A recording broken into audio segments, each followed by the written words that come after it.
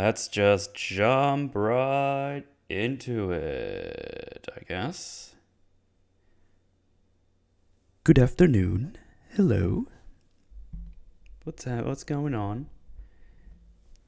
Yes, I'm indeed live. Thanks for the notification.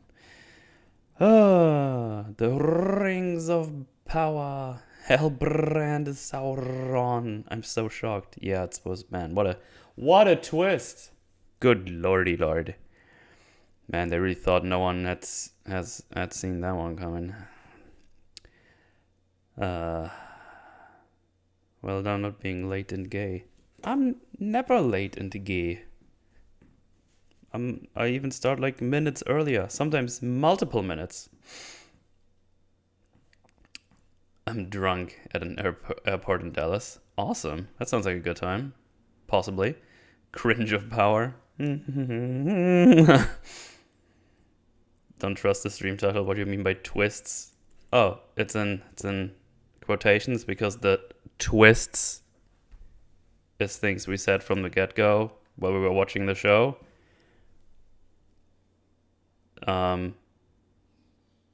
So yeah, the twists are not really twists. It's just basically what pretty much everyone thought is gonna happen, or most people thought, I guess. Watching the Forge of She-Hulk finale, we all need a hug after that. Yeah, that was, jeez.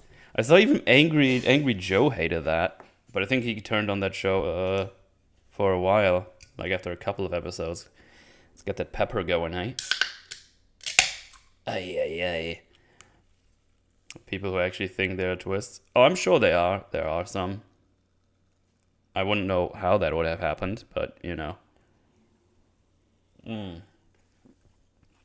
But I'll be chilling. That's all good, Swalwell. How you doing? I'm glad these TISM shows are done for now. Yeah, me too. When I finish that, I'm probably gonna go offline for like a couple of minutes, have a little snack, and then I'm gonna be spending my night streaming Scorn. Started the game earlier. It does start up at least. I haven't done anything besides that, but that's gonna be my plan for the night. Just playing some Scorn after I've done this Forge. So that should be fun in the bun. Hopefully, do some spooky flashy shooting stuff. I think that should be good fun. But we will see. Oh hey, it's Mootle. Oh, it's me. Hello. Need emergency psychiatric treatment after that finale, Mootle. Oh really? Damn. After this one or the She-Hulk one, or just a combination of it both? Because that's how I feel. At least at least there's more stuff coming out. Yeah, I need to check that out over the time, but I have a bunch of stuff to watch for next week as well, because I'm gonna do Edge Runners next week on the Forge, so that's gonna be my entertainment for the foreseeable days. But that shouldn't be too hard to go through. It's like 20 minutes an episode. I think it's like 9-ish episodes. So yeah, hopefully that's gonna be a good palate cleanser. I assume it's going to be at least fine. It's not going to be absolute garbage. That's what I assume. But I got a lot of praise, so I hope it's going to be as good, or at least a little bit as good as people say. But we'll see. We'll see. I'll get there. This episode was magnificent, as stable as the foundation of an outhouse, as grand as the cardboard a homeless calls home. Yeah, that's pretty good. Scorn is out. Maybe I'll give that a diddling. Yeah, it came out like a couple of hours ago, I think. It's on Game Pass, so it's an easy test-a-rooney for that game. But yeah, I was rolling around laughing in bed, screaming when you explained what happens next in the She-Hulk finale. I'm glad you enjoyed it, man. I couldn't believe it when I watched it. I was speechless for a couple of minutes. I was just looking at the screen, seeing what is unfolding, and it's like, this can't be real. And then they go back and they just change the storyline for She-Hulk because she talked to the Kevin AI. It's nuts. It's wild. It's absolute wild. I've never seen anything like it, and I don't think a lot of people even enjoyed it.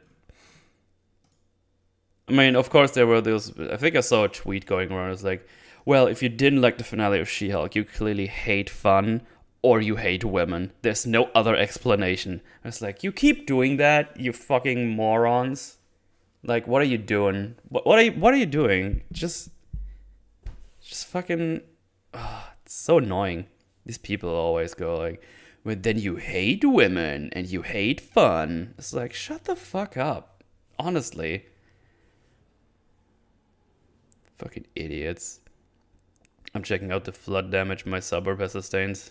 It's neat indeed, but also probably not the best thing you can do in 2 AM. Ooh, hope everything is going okay-ish. So much of Moran saying was great, but not MCU enough to be a Marvel show. That's kind of ironic, isn't it? Explain to people that they made it canon that Daredevil was brainwashed into a sex slave for She-Hulk and how it would be a villain plot if you attempted to do that to her. That's actually a good point. I didn't even think about that. That she basically got... yeah, that is a good point. That is a really good point. I didn't even make that connection. Yeah, that just happens in canon. It's just like, you are now with me because you are... a woman has her needs. No? Ah, man. Good stuff. Literary reviews going well. Ooh, very good. So Matt Murdock was teleported to Jen against his will and is forced to be with her. Bit weird that. Yeah, a little bit. Porque no los dos? Yes. Something with 2. Why aren't there 2 or something? I know, I don't actually speak Spanish. Hello, Carson. The She-Hulk finale made me consider going back to drugs to escape. No, don't do it. Don't do it. Forced marriage arrangement, everyone. Pretty sure we looked down on that. No, I guess not. Nah, it's fine. It's just a fantasy show for children or something. But with adult themes. Isn't that like some weirdo said or something? I don't know. It's for children, so it's okay if it's dog shit. It's like, man. You're insane. In reference for hating women or hating fun, I ask, why not hate both? Yeah, why does it have to be like individual? I can multitask. I can do both at the same time. Like, come on. Like, I can hate women and not enjoy it. Like, come on. Give me some credit. Give me some goddamn credit. Okay, yeah. Can't believe Sauron is a simp. Love it, dude. It's the weirdest fucking thing.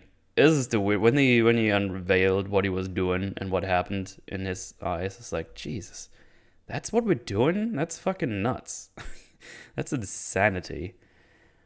But yeah, we'll get there when we get there, because just when this whole monologue ended and I just wrote it down, breaking it down in my head, and I was like, this is really odd. This is a really weird thing that happened here. But, yeah. Incel run. Like the extreme close-ups with them screaming at each other and just cutting back and forth was wheezing. I was cringing. I was like, geez. But to be fair, I was laughing too. I stood up and had a good laugh. I had a good laugh at that. I just saved the team. I was Sauron. I was like, oh my god, he said he isn't. Oh no. What a weird final episode anyway. Like, it feels like the show felt that it did a really good job covering up those twists. And then they go super hard on it here in this last episode. It's like, you are Lord Sauron. It's like, no, he's not. Shut the fuck up. You're full of shit. They say that twice. And the second time they just ramp it up. And you're like, you are... He's like, energy, I'm just like, you're full of shit, show. You're full of shit. Why would you do that? That's fucking stupid. Watching She-Hulk coverage yesterday, I had to skim through the finale to see it for myself. What a disaster. Yeah, it's unbelievable when someone tells you that, you're like, that can't be real. You made that up. That is insanity.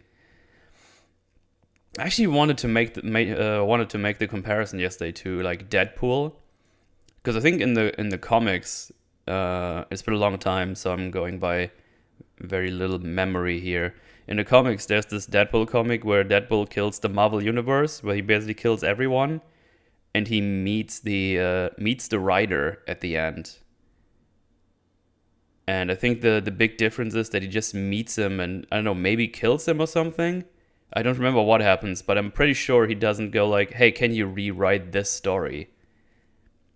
Unless I completely misremember, and that is what happens, but they did it in a better way. I would have needed to check back on that, but that's just something that came into my mind just now that I forgot to talk about yesterday. Meme would have probably known a bit about it, I think. But I do remember that as a thing that happened. But I don't remember exactly what the scenario was. So I wanted to bring that up in hopes Meme wouldn't know that, but I forgot about that. But it would have been, it's probably interesting to see where things like that happen in shows and just compare it to what we did here. It's weird. It's weird. From what you've described, the show feels like a skeleton script where the interesting plot points and events would be developed later in another draft. Yeah. Oh, loose threads are tight now. The threads were put down in an interesting way. Yeah, like an interesting way. Very interesting. Worse than She-Hulk finale? No, I don't think so. This is just more like look at all these reveals, and if you watch the show, you're like, yeah, I expected that. I don't know why you're pretending like no one did, but you go ahead. You have fun. You have fun. This might not even be the worst episode of the bunch. It's just, yeah, I know. Stop wasting my time. And also more questionable time stuff that's going on. It's like, you did this in that amount of time? Are you sure? I don't believe you. Yeah.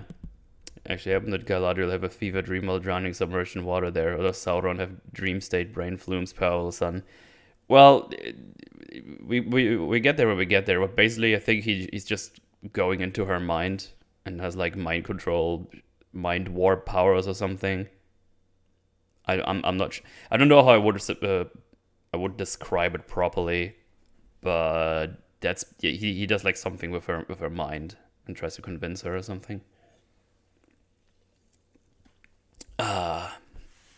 So yeah. Oh man. See what the Harfoots just kept going forever. Cut, dude. I was. Oh man. I'm already talking about all the cringe, just out of order. But man, there's just so many things where it's just like, just get on with it. I know. And all this, there's fucking flowery shit again, where they talk like not normal people with each other. So why would you never need to deceive people in real life like a normal person then? I don't know.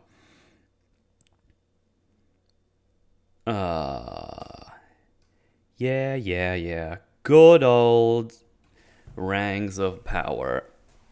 But hey, it's the last episode of the Sludge Pipe for now.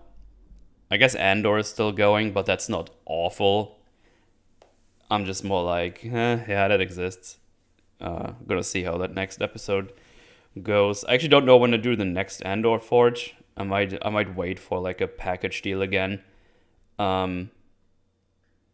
Yeah, I'll see where that goes. It feels like they did like this one thing. They built up the garrison thingy, and then I guess the episode that came out already I haven't seen yet is just gonna be that big old action scene. But we also set up some things along the way, so I don't know how that's gonna play out. We'll see. But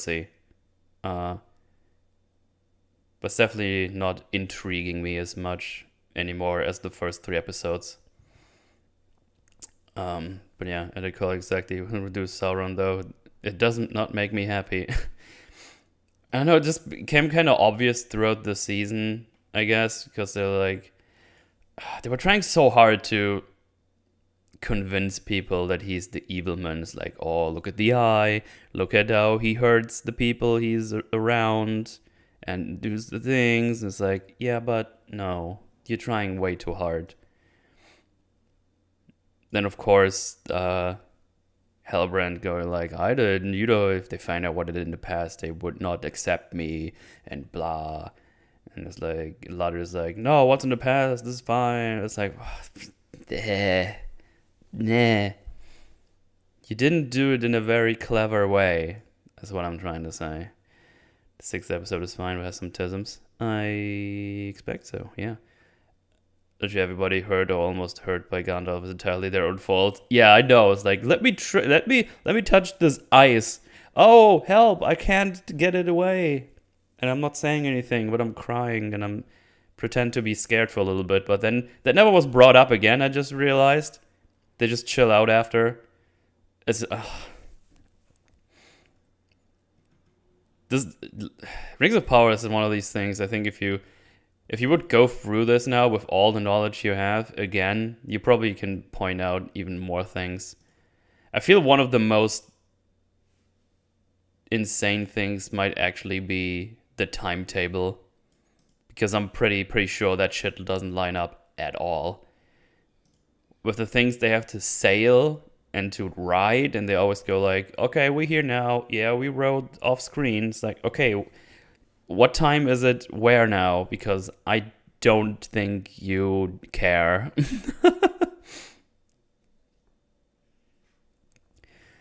I recall that it would be Halbrand, not what I meant. Oh, wait, what do you... Oh, the incel part because of Galadriel. Oh, okay. Yeah, it's kind of weird. That's the implication here. It's just like, if she would have chilled out with Halbrand, it would be cool. Or something. It's just interesting to think about. But we'll get there. We'll get there. It's a really weird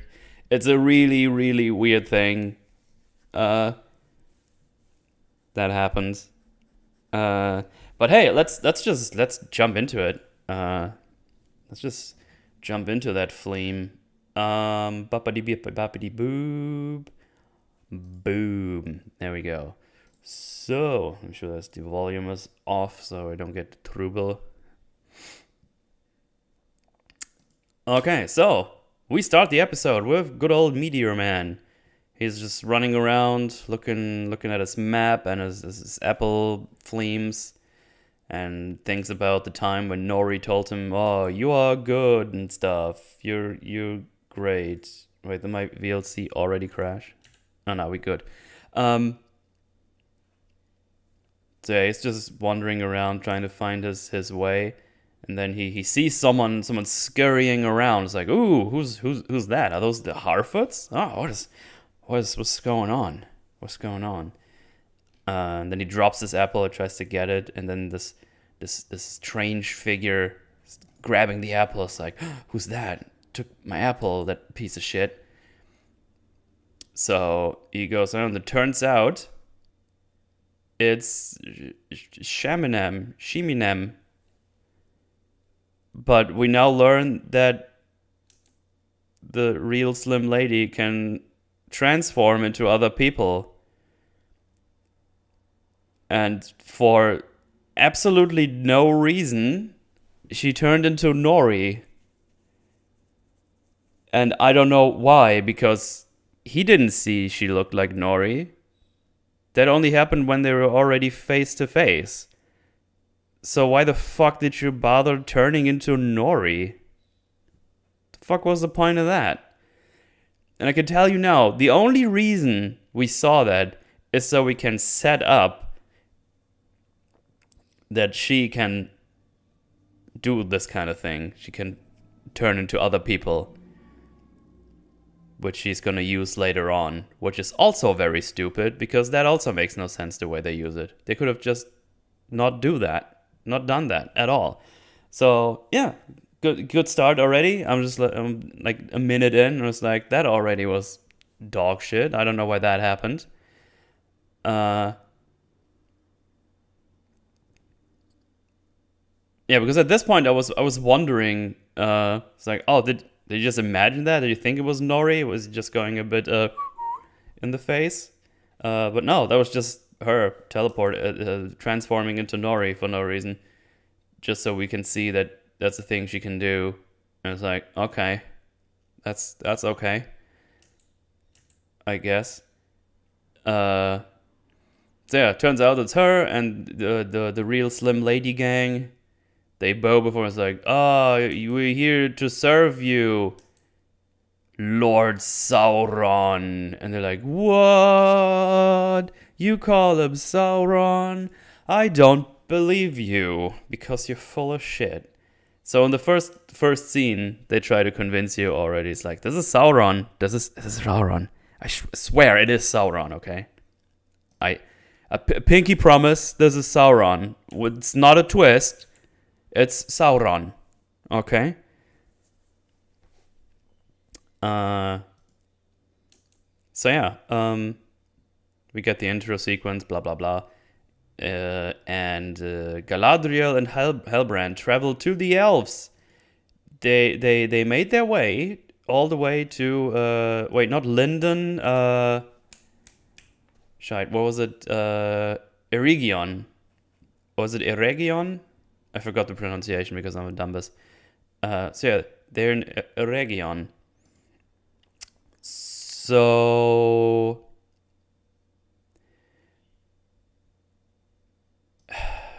this is already a thing. So Elrond's just chilling here.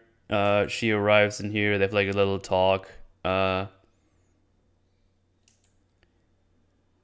And she's like, "Hey,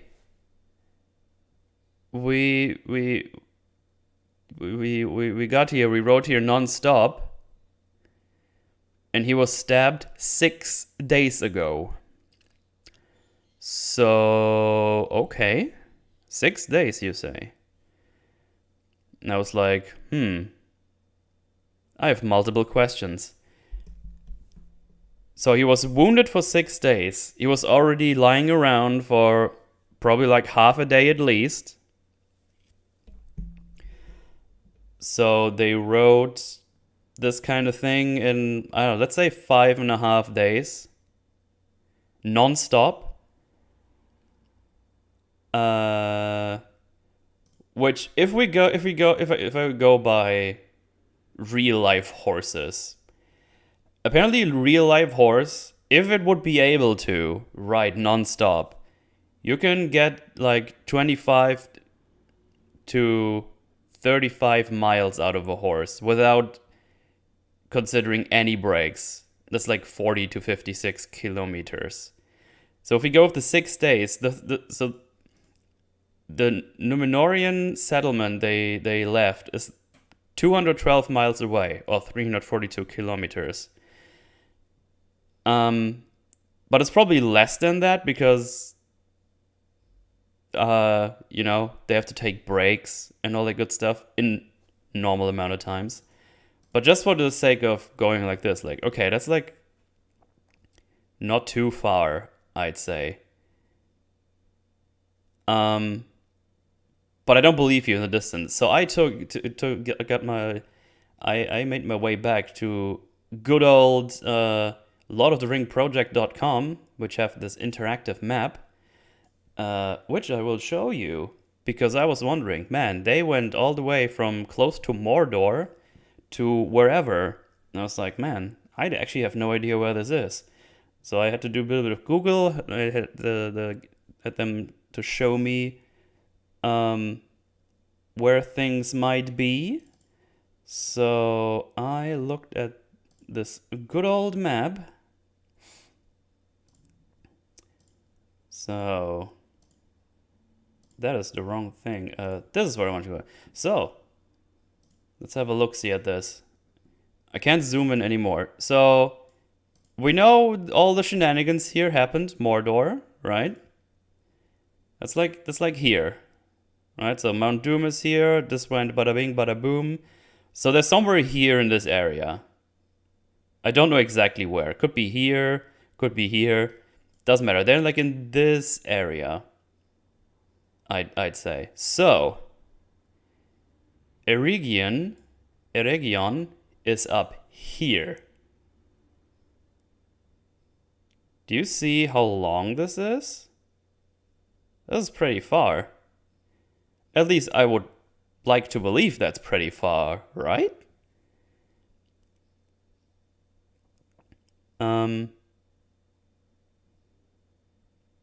So I don't believe you that they did it so fast, because that is quite the distance. That is quite the distance, my man. And even with magical horses, I don't think you're gonna do it in 6 days. Like, I even give you the benefit of the doubt with magical Numenor super horses or whatever. The straight line distance is just over 1,000 kilometers. It's nearly half the journey Frodo took. Yeah. So there you go. It says that there might not even be a set path here, meaning it's even longer of a distance of pavements or paths. Yeah, because they ride just wherever they want to. So yeah, I don't believe you. Also, fucking Hellbrand here is stabbed to shit in his abdomen.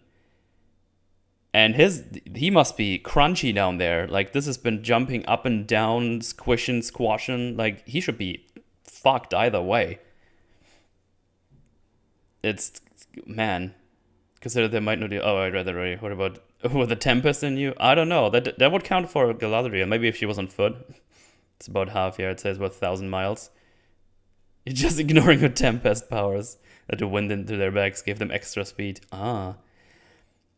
It's weird because episode 7 ended with Hellbrand on top of his own horse. Yeah, he was still on his own horse. He was just he was slumped over, like he's unconscious. They said where Minas Morgul is, by the way, Metal. So down here. Okay, gotcha. Did it take Gandalf like 5 days to get to Rohirrim and get back to the Helm's-Deep while the Rohirrim were still in Rohan? Yeah, it's it is quite the distance. You would move him, you would treat him there. Yeah, you would probably be better off getting elves here. Jeffers won this Game of Thrones, they took the teleportation distance shortening powers from it. It all makes sense. He moved on to Galadriel's horse and Heron's horse just for... Oh, really? I didn't even catch that. I thought he was just behind... hang on, let me just have a look see here real quick. Because I have the footage right here. No, he is... He is slumped over on his own horse. Hang on, here, I'll show you. But yeah, so this is the distance. This did its thing. So if you look, see here. If you see here, he is still on his own horse, and she's on his, on hers.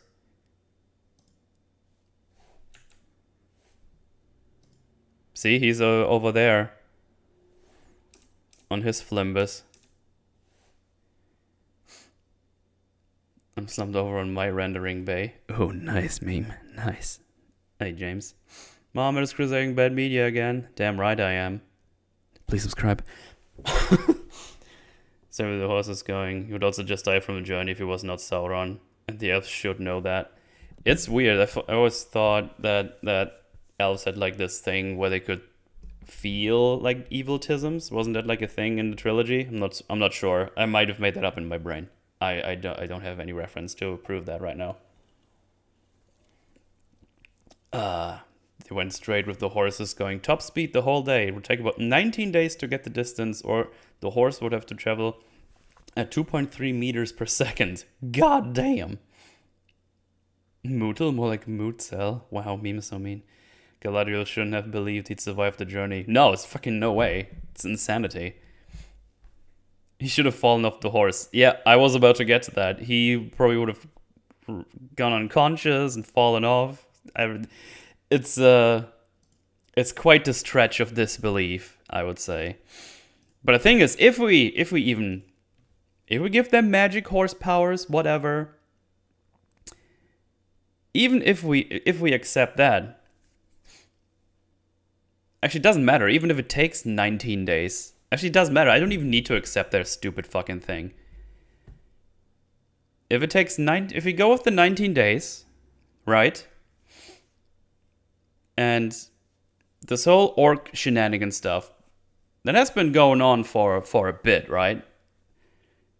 like as we already talked about when we found out that all the elves and stuff they've gotten taken away from their stations to make their little trench boy and all that good stuff.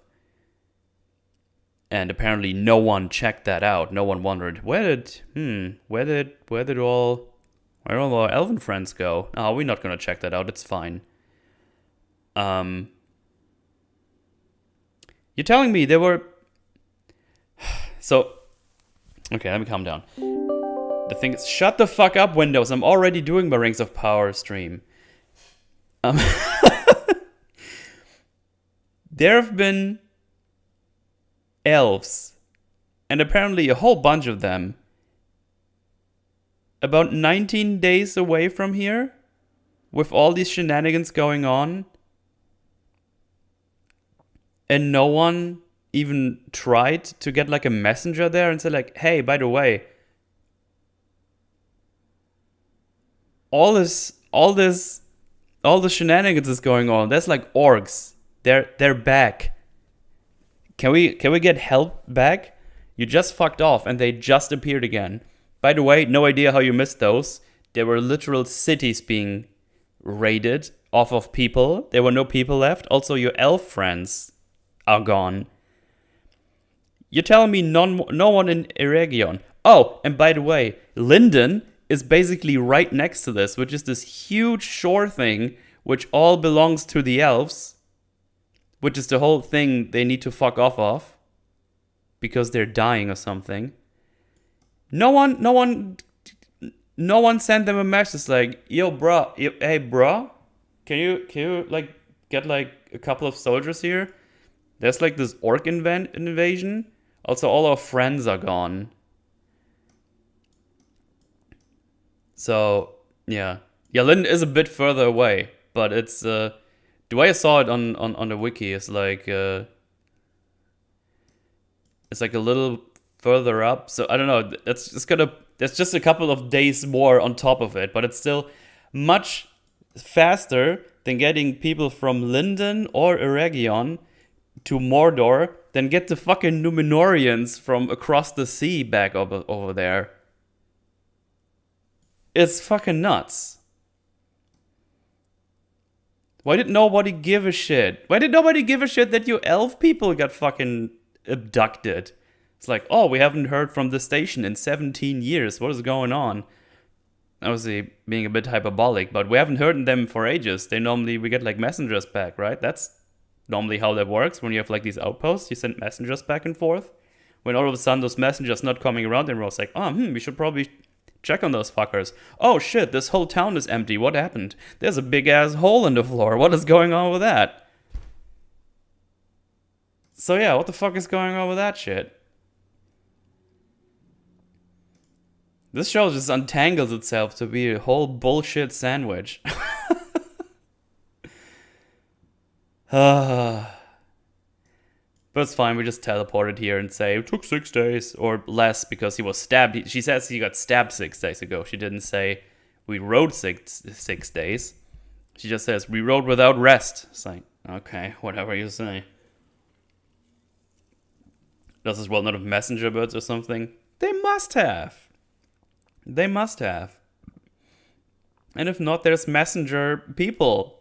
Elves, they go back and forth like, hey, we need to go back and talk to the Elven High King because he's the one who decides if we stay or go. So yeah, it's quite nuts. So yeah, there you go. That's basically how it starts. Awesome. Yeah, it's a bunch of crap. So, Elrond and Galadriel are back, reunited, but she's more worried about Halbrand for now. They get Halbrand some help, and the elven healers go on to work. It's like, yeah, he's gonna get healed. And they all just do, like, elven magic things. And then, Elrond and Galadriel have a little talk. Elrond tells her, oh, I should have trusted you, and I won't make this mistake again. And he says that just so we have a setup later on. And, oh god, then we have like more flowery bollocks talk. I leapt from that ship, that's Galadriel, by the way, because I believed in my heart I was not yet worthy of it. I knew that somehow my task here was not yet complete, and when I surfaced, all I could do was swim, and pray I had chosen wisely. I did not cross that bitter ocean, only to drown now, and nor will I let you. And then he says, what are we ought to do? The only thing we can do, swim. And just fucking talk like your friends, like normal people. I don't remember fucking this happening in the original trilogy where they talk like fucking poets all day. It's so annoying. Just keep swimming. Just keep swimming.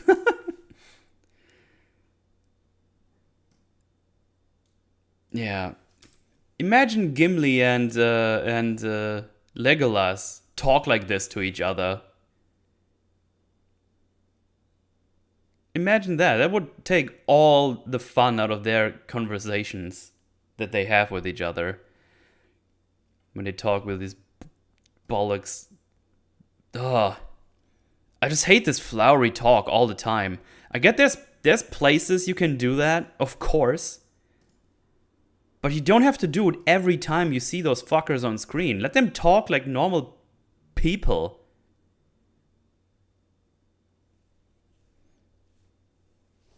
Yes, do a bit sometimes where it was well written, unlike this crap. Yeah. Absolutely. You're just racist against flutterflies. Shut up, meme. Keep swearing, don't look down like a rock, but don't drink the water because salt water doesn't quench thirst. Yeah. It's very pretentious. Yeah, absolutely. So yeah, that's just them talking. And they like do a little, I missed you and things and stuff. And it's like, yeah, whatever. I don't get the feeling you're actually friends. You seem to like each other, but you don't come across as like really good friends. Oh god. So yeah, Hellbrand has bin healed. And he just stumbles into Celebrimbor's workshop.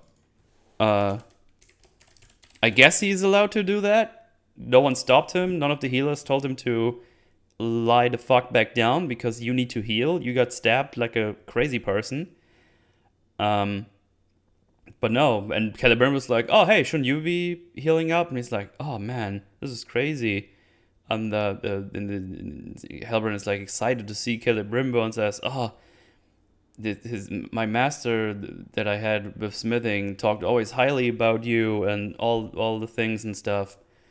And he looks around the workshop and they talk about the jewels and oh, what is this thing? He sees the mithril and he's like, oh, what is this? And Hellbrand asks like, oh, what is this? As I just said, and Celebrimbo tells him it's not enough. And Hellbrand immediately makes a suggestion. It's like, hey, couldn't you combine it with like other ores? And it's like, hey, you could like use different irons and ores to hide weaknesses, like we did for swords back home, make them lighter and sometimes even better to use. And then Celebrimbor says, oh, that wouldn't work. That would dilute the unique qualities of this ore too much. And it's like, oh, maybe sound like a fool, but what if you amplify its qualities with the right alloy with other ores and other minerals and stuff? And Celebrimbor says, oh, that's intriguing suggestion. And Hellbrand says, well, you should call it a gift. It's like, okay, now you're just going full sussy-wussy mode, Hellbrand. Like, you're not even trying to hide it anymore, are you? You talk really oddly to all you people in here. So for some reason, it's kind of weird. Here's the thing. They say Celebrimbo is like the super-duper craftsman Superman.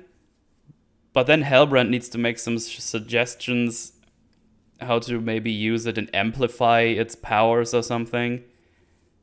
I don't know. I don't know. I don't know enough about Celebrimbo and how great he actually is, but there might be an argument here somewhere where it's like, he should probably come up with this himself. Like, he's probably smart enough to do that himself, but hey, that's fine. It's fine. You thought about combining it and don't think it will work, Hellbrand. Have you thought about combining it? Yeah. It's I don't know, man.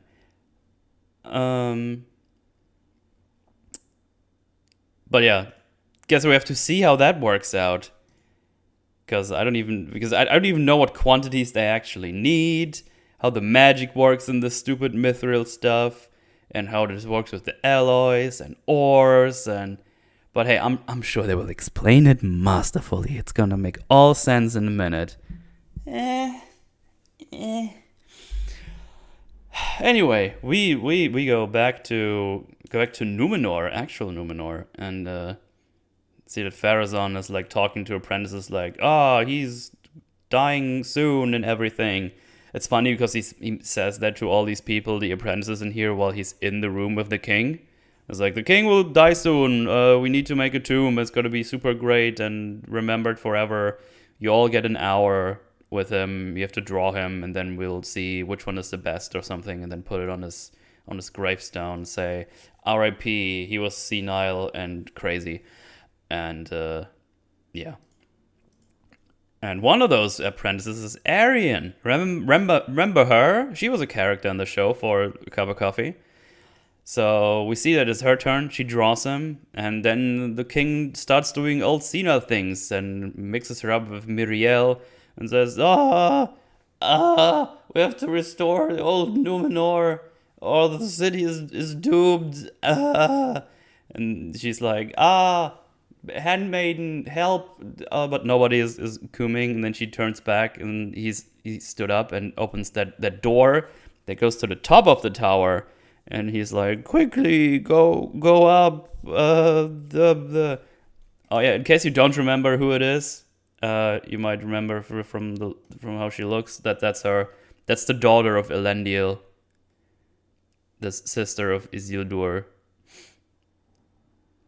That's her. She's she's the apprentice of Pharazôn, and now she got this job, I guess. So he's like, quick, go up there, do the thing, do something. She's like, I don't know what to do. And he's like, crazy. And instead of going down somewhere and getting someone, she's like, curiosity strikes. And she just goes up and uncovers the Palantir. Just like that. Just because he is old and senile and thinks it's Miriel. And, That's the scene. She uncovers the thing, which sets up something that happens later, which I actually don't quite understand yet and don't get to know yet, but something changes in Numenor. So yeah, let me have a little sip of my Dr. Pooper. A drawing turns out to be a stick figure. I guess I don't think I'm gonna win this competition. Damn it. Anyway, we're now going back to Elrond, the High King, Galadriel, and Celebrimbor, because they're all in the same place now. And he's back. High King's like, hey, what the fuck is this shit? You have like this one little mithril thing for all of Middle-earth? Like, the fuck's wrong with you?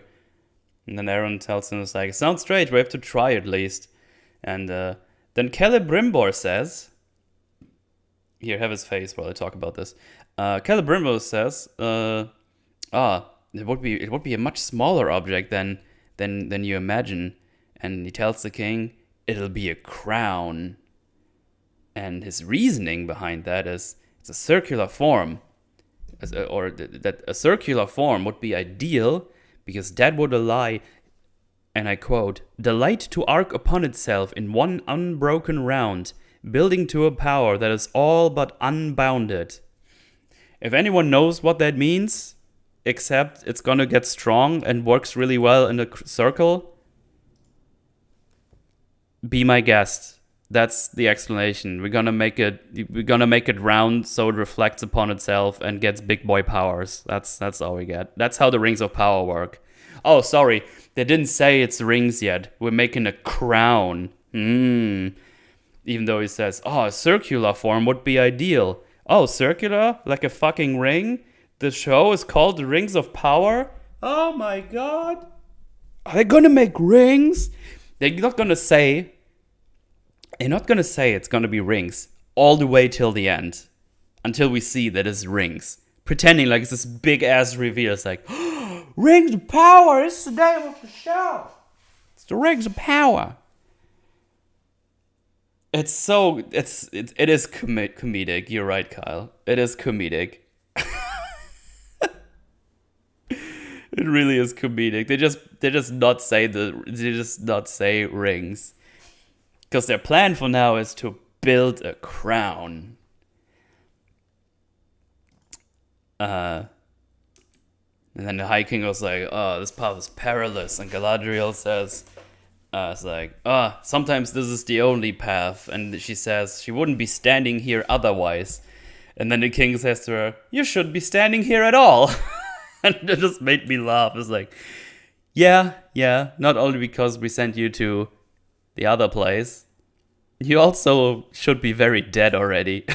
I just like how he says it. It's like, you shouldn't be standing here at all. It's like, yeah. Then the High King points out to them that their time seems to be shorter than they know. Because since the eruption of the volcano, the tree has been bleeding leaves, and they would have needed this solution even earlier. And then Celebrimbor says that he only got to the solution after a suggestion from Hellbrand, or from the Southlander as he puts it. And the High King is like, ew, the low man? Gross. Puh. You talked to him? Disgusting. And Celebrimbor says that his suggestion was barely the key that unlocked the dam. And was like, don't remind me of your fucking dam show. Ugh. Pricks. Anyway, he says that they're at the cusp of crafting a new kind of power. Not of strength, but of spirit. Not for the flesh, but over the flesh. This is the power of the unseen world. And he says it this way and sounds like a fucking supervillain. And of course, only Galadriel picks up on this. It's like, Celebrimbor, that was kind of cringe how you said that. Also pretty evil. So, what? Do you want to tell me anything about it? But before we get to this, the king is like, nah, sorry, mate. You gotta fuck off to London. We gotta abandon the city and we get the fuck out of here, all of us. So, fuck off. And he leaves. Galadriel points the thing out to him and basically going like, power over flesh? Really? You saying it like that? Like, where the fuck did you get that from? And Celebrimbor is like stammering. It's like, I was talking to my smiths, I think those were my words. And all of a sudden, she is Galadriel, all of a sudden, is suspicious of Hellbrand. Now, after all that happened, she's like, was Hellbrand with you? And he's like, what does matter anyway? It's over now. So Galadriel is like, why? I thought you wanted him here. Why are you suspicious all of a sudden? Just because he's... Why? What are we doing? She hasn't been suspicious of him being like Evilman this whole time. And now all of a sudden she's like, maybe Hellbrand is not what he so seems to be. Even though he told me he did evil and he found a satchel on a dead body. There might be something up. I need to investigate. Detective Galadriel to the rescue. I'm gonna do some research.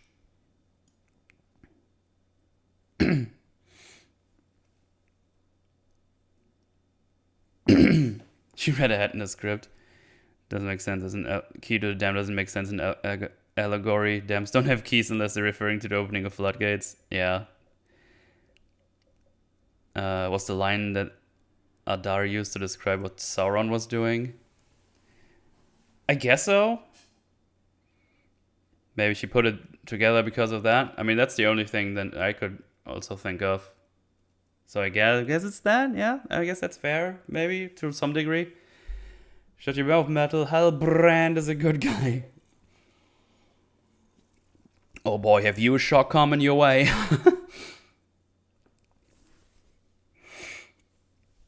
And did not die from mortal wound for 6 days on horseback. Nah, he's fine. He's cool. These two remember when She-Hulk broke out of her show? She paid a visit to Amazon HQ and showed Galadriel a message. It's like, hey, you gotta look out for that Hellbrand guy.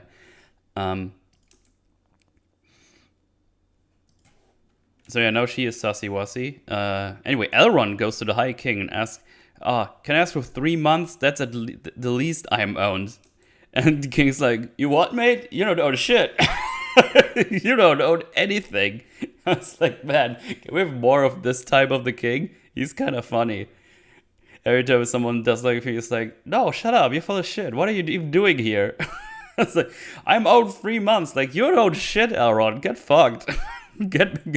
Go home, you fucking nerd. I'm the king, motherfucker. You don't talk to me like that, you cock. It's I had a laugh when he said that, for sure. And then, I don't know, Elrond says, just let me do it because I ask you, please. And he's like, it's a fool's hope, you dingus. Stop it. And then he reminds him that he said, hope is never mere, not even when it's meager. So, are you not using your own learnings, teachings anymore? And then we cut away, and they basically get the time. Because we cut away, and... Oh no, I'm late. Start again. Okay, we go back.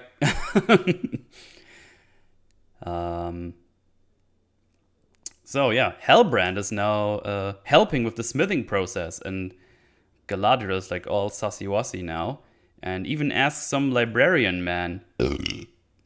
It's like, hey, I need all information on royal bloodlines from the Southlands you can find. He's like, but we have limited information on the things. I need to go to the catacombs. It's like, yeah, fuck you, whatever. Go do your job. Fucking weirdo. So yeah, Galadriel's looking sussy-wussy at Hellbrand. She's trying to get information. And then we... Right, we get a talkie talks between the two, Hellbrand and Galadriel, right after she demands the information. And he says, oh, you don't need to worry, Celebrimbor will figure it out. It's all chill, we're gonna make it. And she says that they're really, oh wow, you two are really familiar all of a sudden. And he says, I'm just offering what humble aid I can. And says that, I can't even believe I'm here. And thank you, Galadriel, for not only bringing me here, but also saving my life. And then she tells him, our scales are balanced. Because she saved her life again. I'm just like, just say we're even or something. Why do you have to put it that way? It's so weird. Please. I know, I just fucking hate the flowery language all the time. Anyway, but he goes on to say, it's like, no, you have done more than that. I've pretty much given up, and you believed in me, and saw strength in me, and pushed me to heights that no one else could have, and I will never forget that. And then he goes in closer and whispers, and I'll see to it that no one else does either. I was like, Hellbrand, she's already suspicious. Can you dial it down? Can you dial it down with the evil suspicious stuff? Like, she's already like, you're kind of, no kiss. Yeah. Still told yourself with awful media. Hey, it's the last one of the bunch for now. She-Hulk was yesterday. We got Rings of Power Ranks today. And then it's we're gonna do some other stuff for a while. It's very weird that the Southlanders don't have records of their king's lineage, unless elves stole those recordings from Ban because Ban is evil or something. I'm not even sure what the Southlands actually are. For some reason, it just seems to be those random colonies across the land, which all have dirty people in them that don't bathe on a regular basis or wash their hands or faces. So who knows if they even bother to do that. I don't even know what the fuck they are. But yeah, you would believe they have something like that. There just seem to be a bunch of farmers, yeah. Bronwyn kept all the soap to herself. That bitch! Going with the state of Southlands, I don't think they know last week. They wake up every morning, it's like, oh, where am I? Oh my god! Okay, so we go back to Meteor Man and the Shamanam homies. Shiminam? What's on? Is it Shamanam or Shiminam? Both sounds kind of weird. I don't know. Anyway, so they talk to definitely Sauron. This is definitely Sauron, guys, I swear. And the more your powers awaken, the more the veil on your mind will weaken that has been cast on your mind by the ones that cast you down. But we are now here to welcome you to your lands. And the lands already know him, and he gets out the map with the stars on them. They show him the same star pattern on one of their on this shield thingy. Here, this thing. They show him the same pattern. Like right here, they were on their little shield crest thingy. And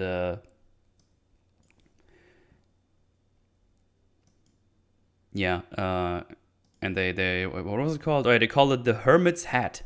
And this pattern is invisible anywhere but in one place, and that place are the lands of Rune. And then they really want to make you believe that this is Sauron. They try so hard, but seriously, they're trying way too hard. So they go on to say, "You will be known for who you truly are. You fell from the stars, yet you are greater than they. For obeys you will." For obeys you will. I think wait. Where's my lines? Oh, I fucking mixed them up. So, you fell below the dust, yet the dust fears you. The wind and waters, the heat and cold, the wind and the trembles when you are wroth, and in Rune you shall learn to command them all, and every being that walks or crawls shall be your slave, for you are Lord Sauron. I was like, Jesus Christ. And the meteor guy is like, power. And there's like winds and whooshing and shit's flying around. And there's a vortex around him with like leaves. And he's going like, I'm mad with power. And then the real slim lady blows magic dust in his face and he falls unconscious. And she says that he will learn to use his powers, but for now, bind him. I was like, God, you are trying. You really want us to believe this is Sauron.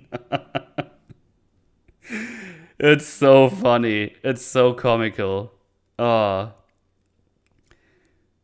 she says, he will learn to use his powers, but for now, bind him. Then the one that is binding him looks back. And the other lady asks, what is it? And I think she smiles or something. It's kind of hard to see because there's like the helmet in the way. But the implication is they realize the Harfoots are here. Yes, the Harfoots. You remember them? They started their journey like a day after Meteor Man fucked off. They caught up to them. Their journey was so interesting that we just skipped it. So don't worry about that. They found them. It's fine. Don't worry about it. The Sorting Hat told them he was. It's whether the magic ladies don't fear any potential repercussions from the Dark Lord. No, it's fine. The hob feet? Yeah, the hobo feet. Oh, man. So.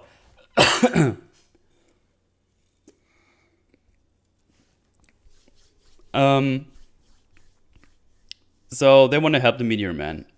And then Sadak is like, that's a bad idea. And then they notice one of them is gone. While they turned around for a couple of seconds. And they're like, 2 is better than 3. Now's our chance. So one of them distracts them. And they make their way towards Meteor Man and try to unbind him. And the one who did the distraction, I think Goldie it was. Yeah, it was Goldie. Finds Meteor Man on the floor. So yeah, there's 2 of them now. It's like, what's going on? So yeah, remember when we saw for the very first time that real slim lady turned into Nori for no fucking reason? Yeah, that was just a setup, so this can happen now. Like, she turned into Meteor Man up there, and decide to trick the Harfoots so they can attack them.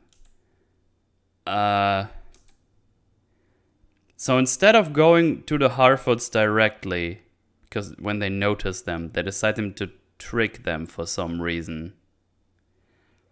They're armed. They have crazy magic powers. They're bigger. Harfoots don't know how to fight for shit. These fuckers could have just steamrolled the Harfoots' asses and be done with it. Like, what the fuck was that? Like, you don't need to do anything. You know they're there. Just go where they are and just stab them in the face. Yeah, literally just kick them. Just kick them.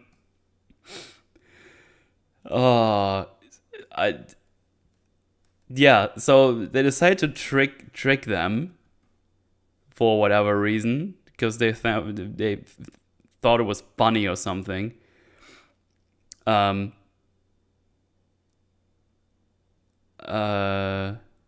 was I? So yeah, real lady reveals herself as fake, and Nori and Sardog are like, "Oh no!" And then, hang on, I skipped one thing. So Sardog holds her in place for a little bit, and it looks really floopy. Hang on, let me see if I can loop that, because it probably looks pretty funny. Yeah,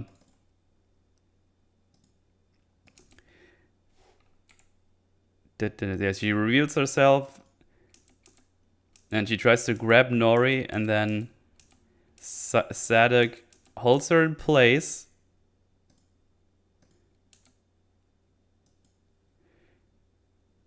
And then this actually does look pretty funny. Full screen. So yeah, Sardog holds real Slim Lady in place like this. He was like, I can't get him off of me. He's too strong, this little Harfoot man. He's too strong. Look at this. He goes like, whoop, whoop, whoop, whoop. It looks so floopy. It looks so darn floopy. Capture the Harfoots and torture them by making them bathe. Yeah, you should do that. That's a good idea. Overpowered by his stench. That makes sense. That makes sense. So yeah, and Nori uses that to start running away, and all of a sudden one of the other people of the gang comes back and throws an Eminemerang Eminemerang and hits Sardog's like, oh no, he's hit, no, not my favorite character in the show. God, I'm always so happy when one of those Harfoots gets something stuck in them. And yeah, Nori gets pushed down. Eminem takes her time to reveal herself, so even the fucking idiots with no brain understand what just happened. And they're about to kill her, but Meteor Man arrives to the rescue. Well, kinda. He's just he's like all the might flumes back and goes like, I have power stuff. And those three Eminem Real Slim Shady gang people, they wait their turn while he's arriving, like it's an RPG. Like they even like stand there in their idle stands, basically, like they stand there like this, waiting for him to do something. It really does look like they're in their RPG idle stands. So yeah, he has all this might flumes around. Then Nori and the others take shelter, and then Meteor Man charges his Rasengan that he learned from Naruto, and crushes it into the ground, eating two of the three people. But the real Slim Lady does her evil supervillain block stance, so she's fine. She doesn't get flumed up. Like she does like the hand to the back. It's like, I blocked it. I'm wizard kinda as well. And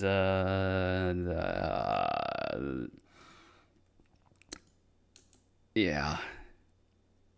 So yeah, she gets eaten, but the other two get eaten, but not her. She then charges him and does like the Saruman thing that happened to Gandalf in the tower. Kinda. But they do it in a weirdish way. So she kind of just does like this. And then this. And then just kind of yeets him back towards some stones. It seems kind of weird and pointless. Like, just puts him left, right, left, and then yeets him into some rocks. But this one seems kind of pointless to do, because when Sauron pinned Gandalf in place, to be fair, made him kind of spin in a really funny way. But it looked like it had a purpose, like he was pinned in one place and couldn't do anything. Well, here he's already pinned by floating around. But then she just kind of floops him to the other side again for some reason. And yeah, I don't know. She messed up the Hadouken combo. Put in the Konami code. Nice. I like it. But yeah, she does this. If you're from Rune, why are you white? Oh my god, Nori, you can't just ask people why they're white. But yeah, she yeets him around, take him out of the picture for now, crash him into stones and rocks and shit. While all that is happening, apparently the other two, they got yeeted away from totally not Gandalf. I guess they just decided, oh, she's got this with big Gandalf, man. We're going after the Harfoots because we need them to die.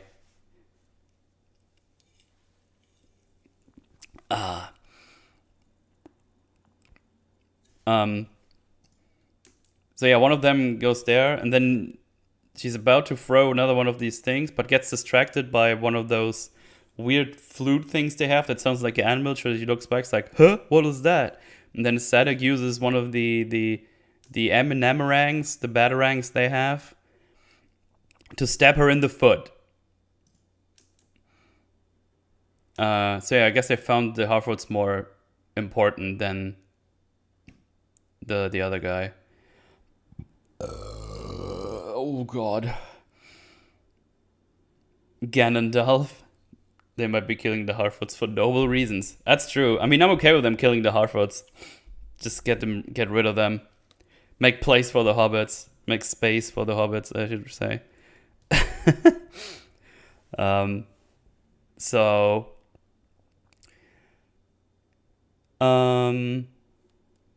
And then we just cut back to Ganondorf. Ganondorf enough. And she's kind of still floating him around. One of those nomads, or whatever they're called, is back. Just watches her yeeting him around now. So she's just been standing there not doing anything for now. Just like, yeah, we're doing the thing. Okay. And then she goes somewhere. I don't know.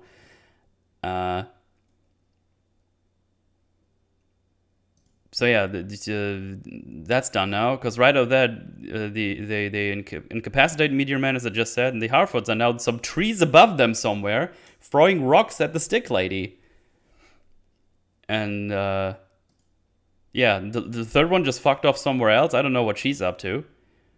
And yeah, so they made their way up there to throw rocks at them, and she's like, "That's annoying. I'm gonna take some fire from this fire pit and napalm this whole fucking area."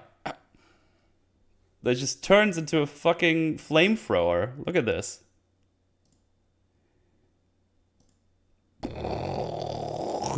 It's fucking nuts, dude. Look how much fire there is already. Look at this. It's insane. So yeah, the Harfoots are literally so annoying to them that she just sets this whole area completely on fire. And again, I can't believe they have problems with fucking Harfoots. It's so stupid. They should just fucking steamroll them to shit and not done some weird trick thingy. The fuck is the point?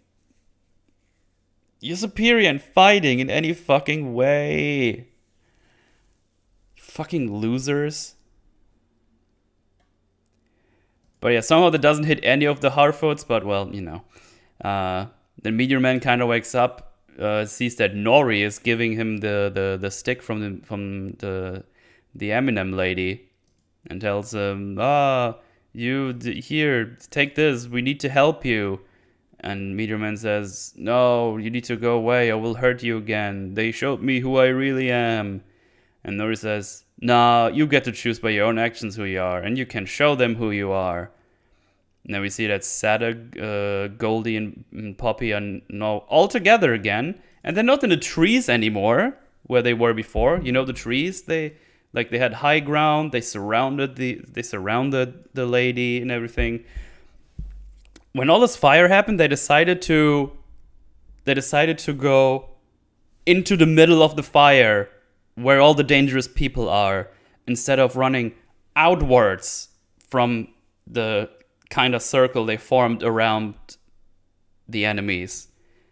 They went inwards and not outwards. They went towards the danger, not away from the danger. Well, fuck it. Why? Why is there so much pain?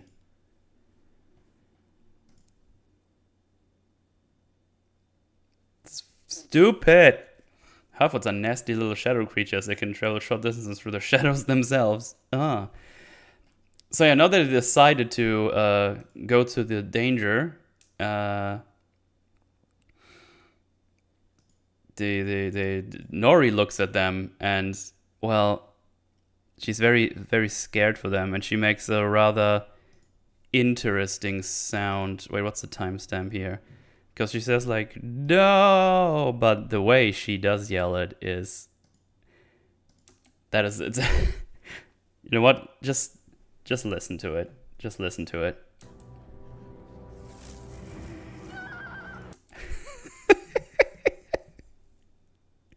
Did you hear that? No! I don't even know how to explain it. It sounds so funny. It's such a weird sound to make. Close your eyes. Let me get there again. Wait a moment.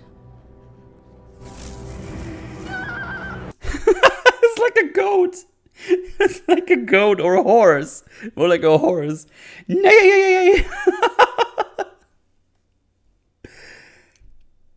Oh man, it's such a weird sound. I don't know why they kept it like that. It's so funny. It's so funny sounding. But yeah, that's the yodeling. No, what the fuck?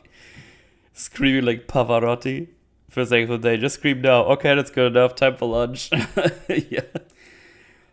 So yeah,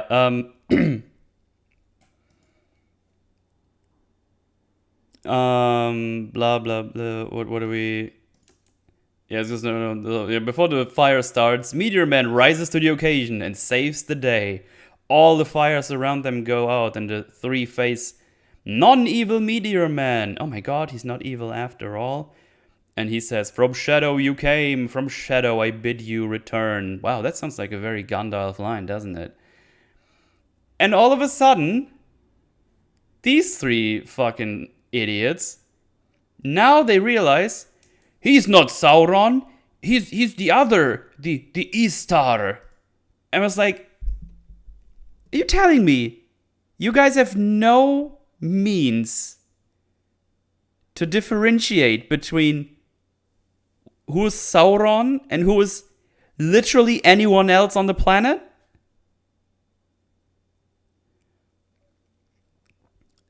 But you can't tell which is not evil and which is the evil overlord of destruction? How many weird sorcerer people have they picked up over this time? I was just grabbing everyone who kind of can do magic, like, oh, Sauron, we're here to serve you. And at some point, he is not Sauron, he's, imposter. Like, what? How did they not know?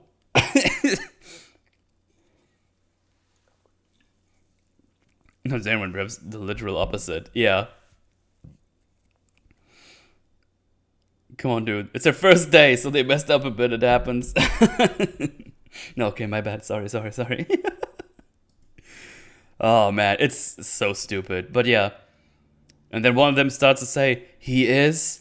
And Meteor Man just says, I'm good. And then he blasts them with magic flumes and shows their ghastly forms. And I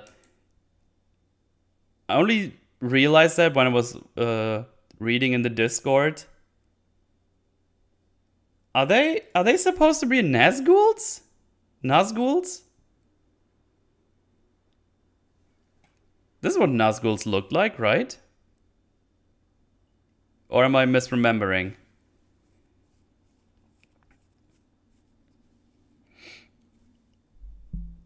I think they're generic wraiths. That could be. It's supposed to be wraiths. Nazgul. Nazgul adjacent. Imagine them back in the coffee break room, bitching that every time some space hobo shows Slim Lady assumes it's Sauron. She's so dumb. She always does that. They can't be Nazgul or wraiths because the rings haven't been formed yet. Oh, that's a good point. That's an approximation when Frodo had the ring on. Which will call back to the movies. Remember, Barry? Think they are wraiths, but the Nazgul similarity is intentional for sure. Nazgul look more like normal people in ghost form. One on the left looks like a laughing Wojak. Finally, an accurate depiction of women. Oh no. Nazgul are Sauron's top warriors, so they might just be wraiths. Okay. So it's... Nazgul's look more real. Oh, I just read that. Nazgul are Sauron's top warriors, so they might just be wraiths. I guess wraiths is the only one that makes sense. But it looks very similar, right? Imagine the Witch King replying to Eowyn, I'm no man, with neither am I. Dun dun dun. Don't think they're Nazgul. You say that as if they care about lore. I'm sorry, I didn't mean to. Just spooky people. She was told to smile more, and this is what happened. Smile more, okay. Oh man. So yeah, they get we see that form, and yeah,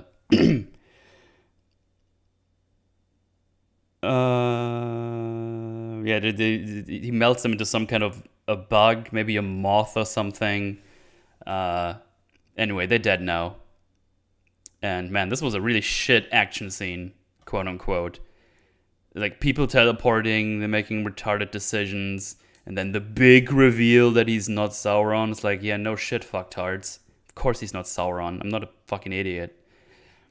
And that just makes me wonder why this makes me wonder why did the crater look like the eye of Sauron, and why wasn't the fire hot when this was supposed to be like a specifically evil thing that happens?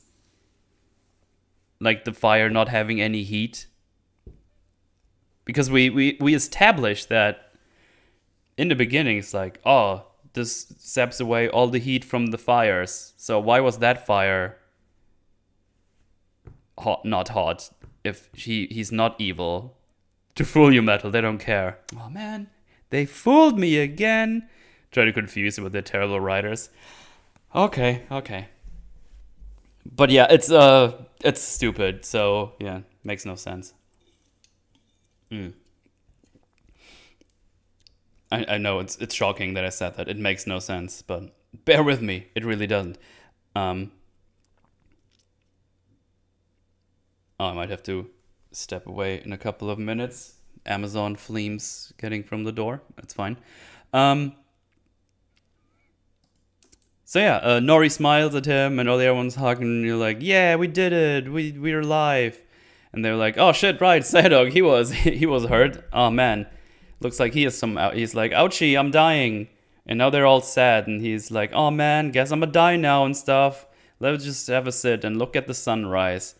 And I'm like, hey, Gandalf, can you do like your Healy stuff again? Like he's kind of dying. Can you do that again? That'll be cool. Or is that like only a thing you can do for yourself? Like, can you do anything? Like what? Can you do anything? Maybe we should just go put something on his wound so he doesn't bleed out. I mean, he's not been wounded for that long. And after I wondered all these things like, oh, I forgot. Those are Harfoots. That would take like, it's way too complicated. Too much of a nuisance to get him healed. This could fucking die. We just leave him behind. Fuck that guy. And Sadok, he's just so strong in his beliefs. He just happily dies. It's fine. Yeah, the fucking trash can of a scene. All of it. Fucking dumb. I hate it. And yeah, Sadok is now dead. They look at the sun, and the next time we go back to the Harfoots, he's done. He's dead. Yeah. Very good. Very good. Now we're back with the Numenorians that are on the ship on the way back home. And then we see Miriel trying to memorize the steps to certain places on the ship. Which first I thought is like, oh, is she still pretending like she's not blind anymore? But she's not hiding it at all anymore, because in a couple of minutes she walks out with the blindfold in front of the whole crew. So she's just trying to learn, trying to adapt where to go and how to do it. Because memorizing this now doesn't make any sense, because they're about to hit home. So whatever. I guess she's just training to be blind. I don't know. And then Elendil comes in and tells her, oh, she's like 1, 2, 3, 4, 5, 6, 7, 8 steps to main tisms. And he's like, oh, it's 9 steps after that. And he's like, if you patronize me again like this, I will have your ship. And the way she delivers that line, I can't tell if she's being funny about it, like having some banter, or if she's pissy about it. Disgusting. I just couldn't tell if she's being bitchy about it. Who's blind? Miriel, the queen. The queen regent.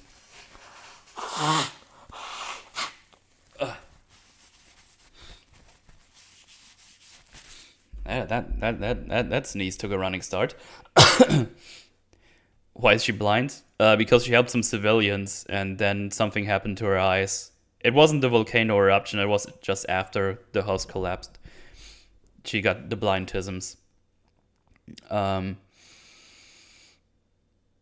Yeah, so Hugo's past says, okay, I got you, so go over here. And then she's like, well, who's gonna have you, though? And I would understand if you want to take a leave of duty, considering his loss. And as is common in these scenarios, he starts talking about why he took the elf on board and how he claims he had little choice, and says that is like, I had no choice to take her. And then he says, this isn't true, and he could have left her behind, refused to go to Middle-earth, or stopped my son from doing so. You know, the son who quote-unquote died. But I did the choices I did because Elendil does not merely mean one who loves the stars. Hey, you remember when he said that means that it also means friend of elves? Back when Miriel was still racist? That was fun back in the day. That was good times. That was good times. But yeah, they basically just talk, and they agree. It's like all they can do now is move forward, and even if the price is high, like the price is high, like a son dying, we have to just move on and take the steps necessary to save the world, or something along those lines. That's the basic gist of it. And then we hear like, we're close to Numenor. It's like, oh, we teleported here already? What's the time frame? Don't know, don't care, because the show doesn't care. So they're almost there, get into the harbor, and they arrive, and apparently there's all different banners everywhere now. And they're like black with a white circle, like a black sun or something coming from it. Let me get a good shot of this so you can see. So yeah, they had like, oops, I deleted you for a second, chat, I'm sorry. So yeah, we now have like all completely new banners. It's like all black with a black sun or something. How far is it? About 2 pages of dialogue, yeah. It's trying to do the right thing, but Carindriel Karen Duriel made sure no good deed goes unpunished, yeah. It's nice to make fun of the queen. Ah, look, she's blind now. I'll get wrecked. It's just a big prank. So yeah, I don't know. They had like a regime change or something. I guess this is the old Numenor they were talking about. But yeah, that's all we get. I have legit no clue what this is. Maybe some lore nerds in chat can maybe tell me, because I legit have no idea where this is from, or forgot if I've seen it before. So yeah, I don't know. Something happened here. I guess after the Palantir has been revealed, she saw that and showed it to Pharazôn, and Pharazôn was like, "My time to shine," and now I'm taking over.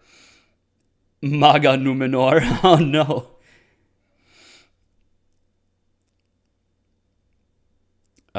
Black flags for mourning the dying king. Is it really?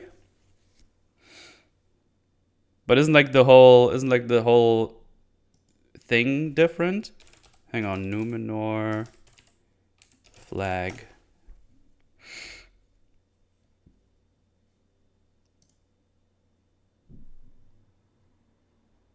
But I mean, that would make a little bit of sense. That would make sense, I guess.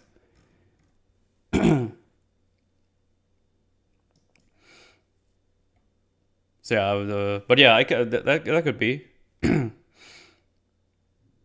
They had a line about it? Did they? I must have missed that. Hang on, let me have a look-see here. Is that when they were in the line? It's too much power, Galadriel. Hang on, I have the transcript here. I think I need to go all the way back up when they talked. Power of the unseen worlds. Aryan shouting. Where was here? Let's see. Soon he will travel that road. That's Pharazôn before they paint the thing.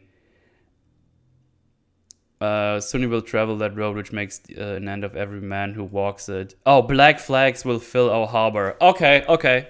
No, that's fair then. I didn't catch that line. That's my bad.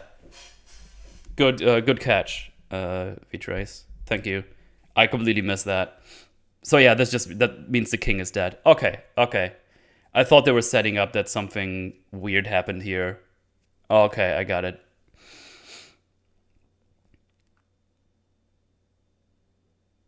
Yeah. Cheers. All right. Yeah. So there's the explanation. It's the king is dead. Okay, I got. Oh, sorry. Need to get the door.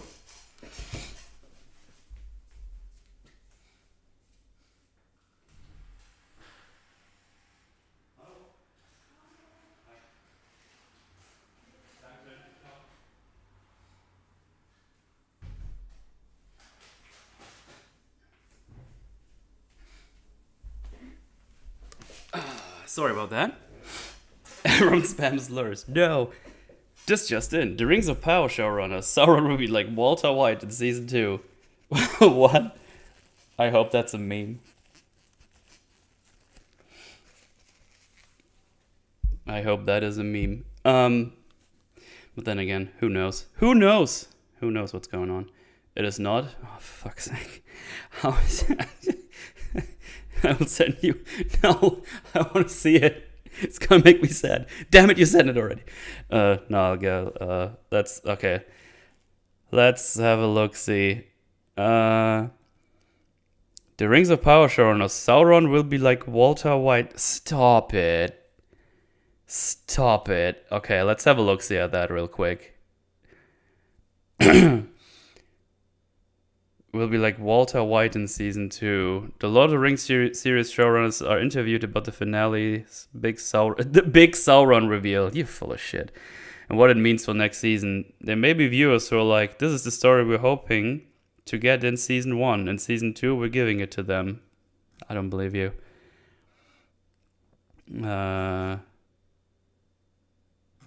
That's just one of those lines in this whole interview. Yeah, I don't want to read this all. But yeah, that already sounds kind of, what? Why would you? What? Oh, man.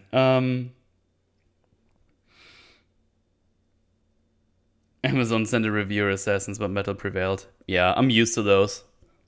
I don't know where to put the corpses anymore, though, but no, you know. The downsides of critiquing media, I guess. Get Amazon assassins every day. Oh, man. Okay.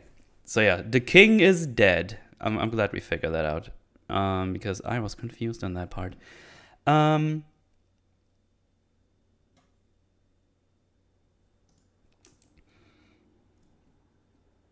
So, yeah.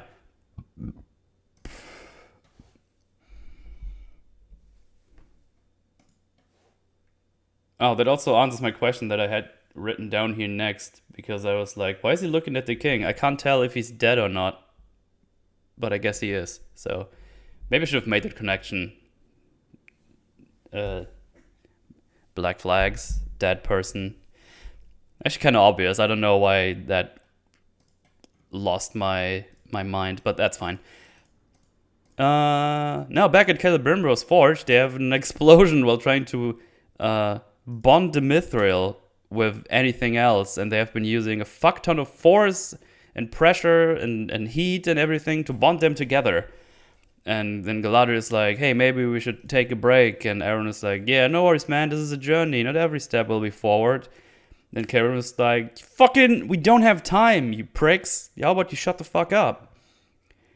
And then Halbrand comes around and is like, hey, maybe we're actually using too much force and should rather try less in order to ease the mithril in with the lesser ores we're trying. And so they start anew. And Galadriel gets the info, which is a scroll and that she requested. And coincidentally, it happens right here when she's close to Halbrand, so he can look sussy-wussy at her.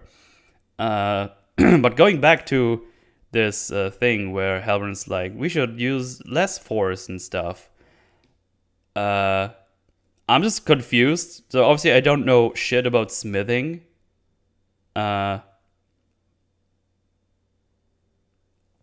But wouldn't you start with like lower temperatures and pressures? Especially with a mineral that you don't know anything about, because you want to see when it starts to melt and you don't ruin the whole thing by just throwing it in there with other stuff with way too much pressure. Like, you don't want to fuck it up by just testing around with super high pressure and heat right away. I mean, that would be my understanding, just with like applying like some kind of logic from my layman's brain.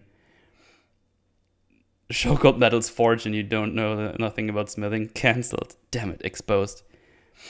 But it's probably more complicated than that. Yeah, it's complicated. Of course it is. That's just would be my just trying to figure out how the how that mineral behaves in different heats. You probably want to start low. Limit resource, just crank up the heat and hope for the best. You know more about smithing than the writers do. But I don't know anything. I'm just using common sense.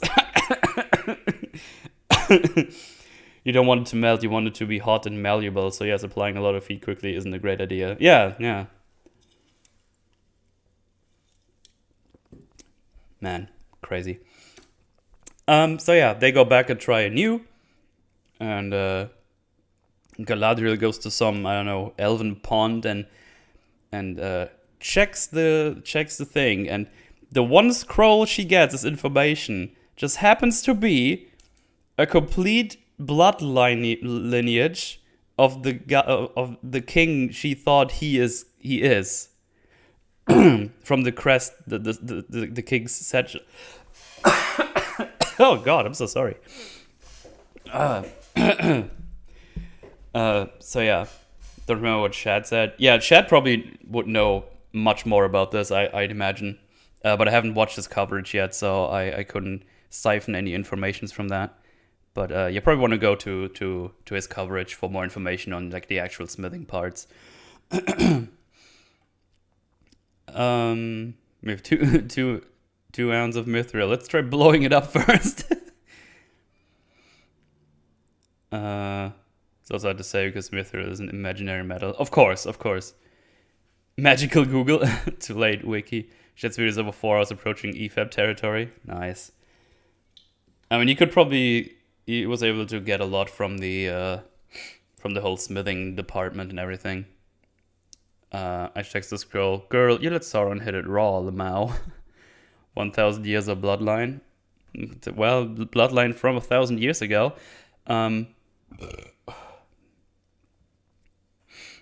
So yeah, she's checking it out. Realizes that just happened. It's like, what? And Halbrand is like, yo, we found out what we need to use, how much pressure and stuff for the objects. So we actually use too much of the thing, so we're making 2 of them. And she's like, 2 crowns? And I was like, no, 2 chains. That was a horrible joke. That's not even in my notes. I just made that was in my brain and had to get out, and I regretted it immediately. So actually, it's like, no, it's something smaller. Come with me, and I will show you. And I was like, man, you really don't want to say they're making rings. I don't know why you're making it so to be this. It's just so dumb. I was like, Jesus Christ, it's gonna be a fucking ring or fucking rings. Just say it. It's not a crazy reveal. They said, circular object, gonna hold a lot of power. The show's called Rings of Power. Come on. Come on.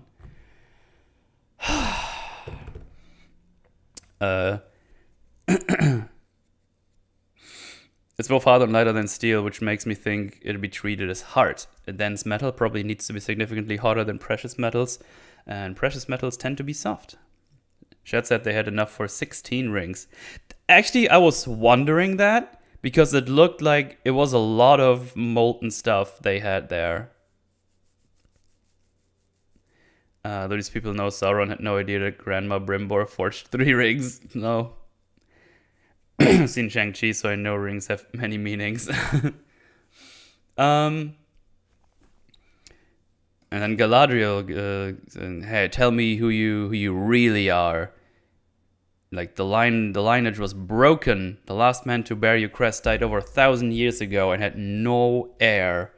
Howard tells her, I've told you I found the satchel on a dead man.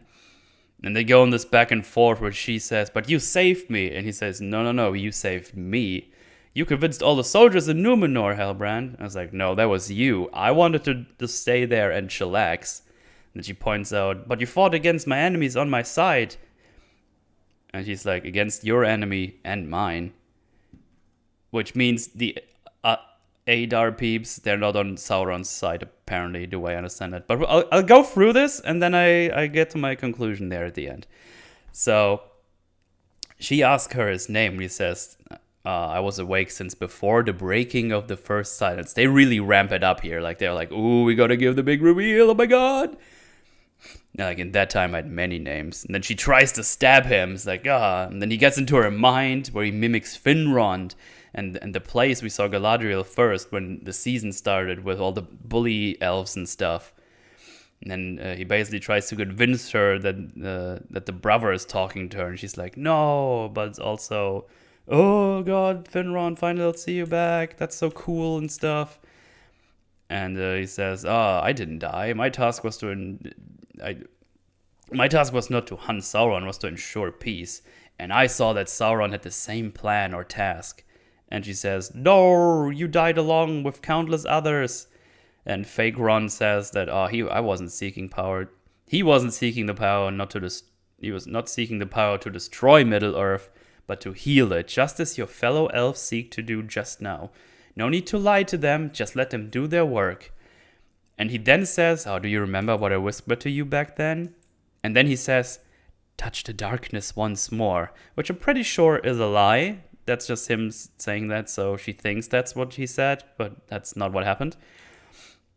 And then she gets like out of it and says, nah man, you dead brah.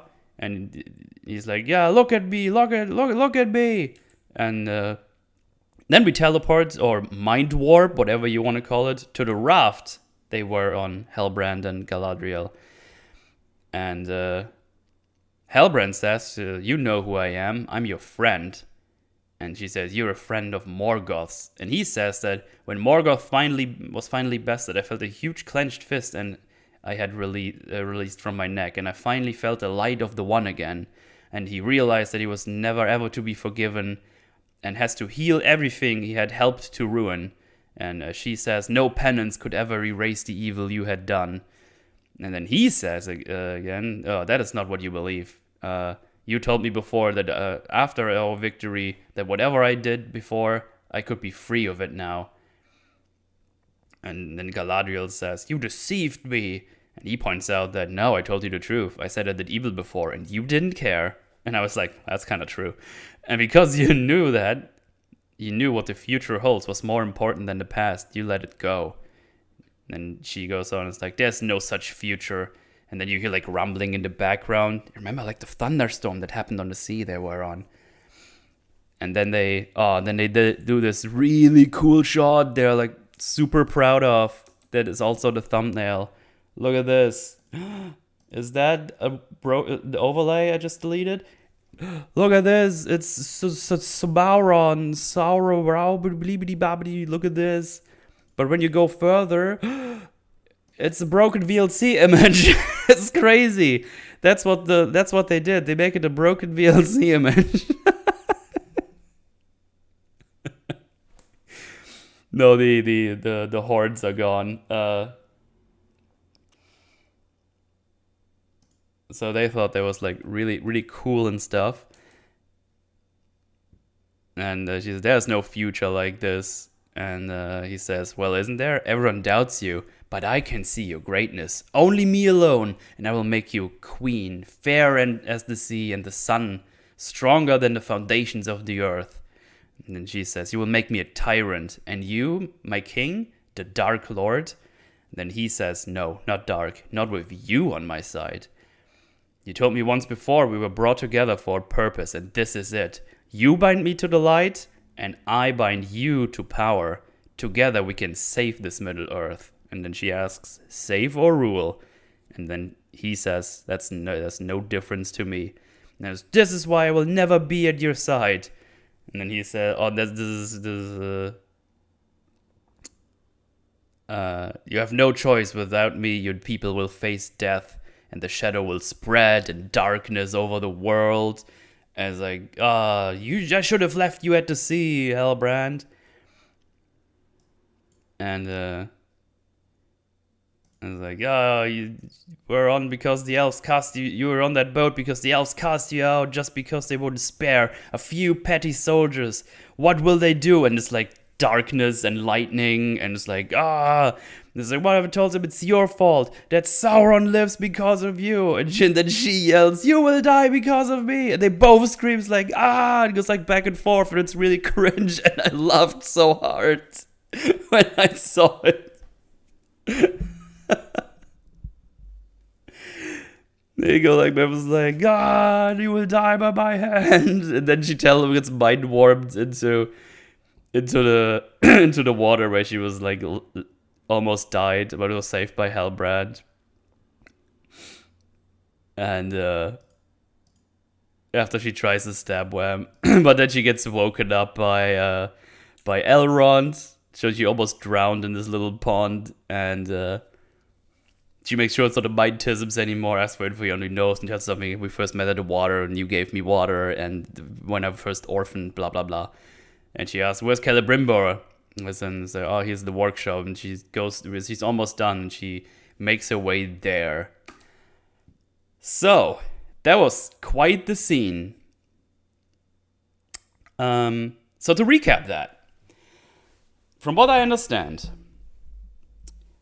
Morgoth was defeated, and Sauron was like, "Oh shit, no, is he dead? I don't need to do all this killing stuff anymore. I think I was actually kind of pretty fucking evil, actually.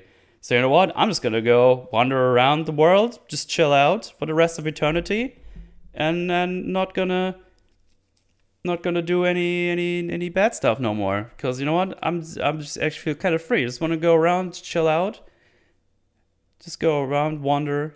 To build smithing, have a bit of parties and stuff.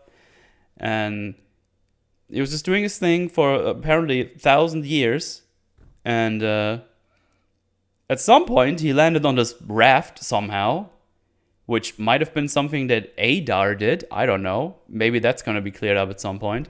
So he landed on this raft that just happened upon Galadriel in the water, who leapt out of the elven ship, where they just talk a bit, and he's like, yeah, I did evil and stuff, and he's like, hey, you need to help me. He's like, nah. It's like, Southlands is orcs. It's like, oh, that sucks, blah.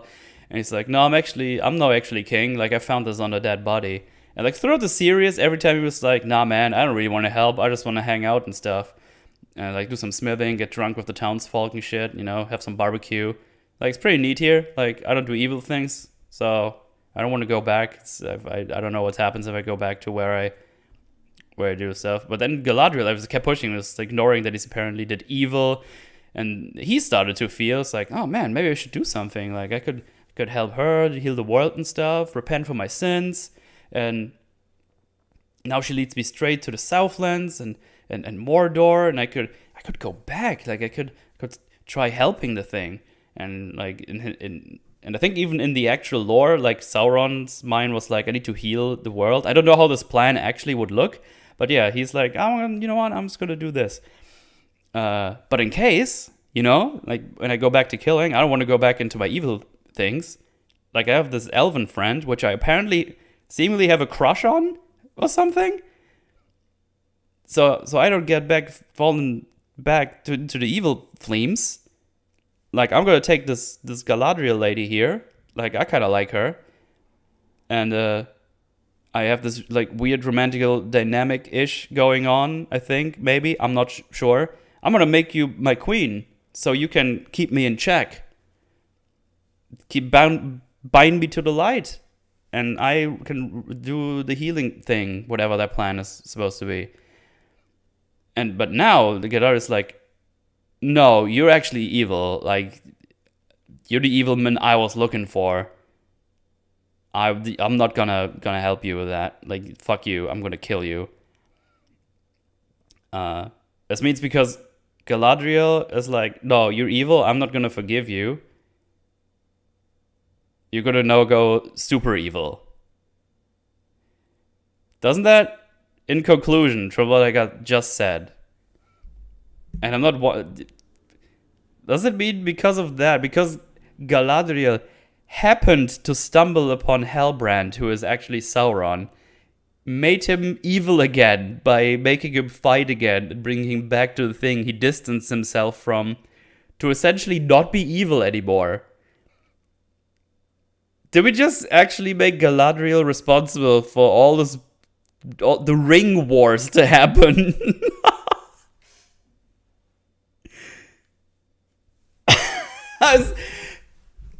I've written it down, and now that I say it out loud again, I was like, I just can't believe that happened. That is nuts.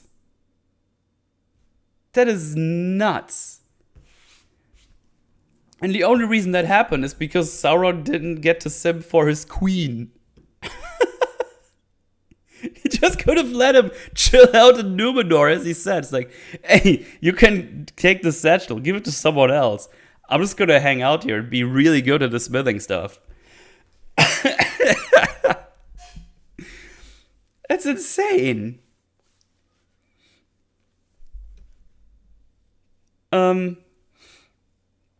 So, but then that also means that whatever Adar has been doing this whole time, his shenanigans,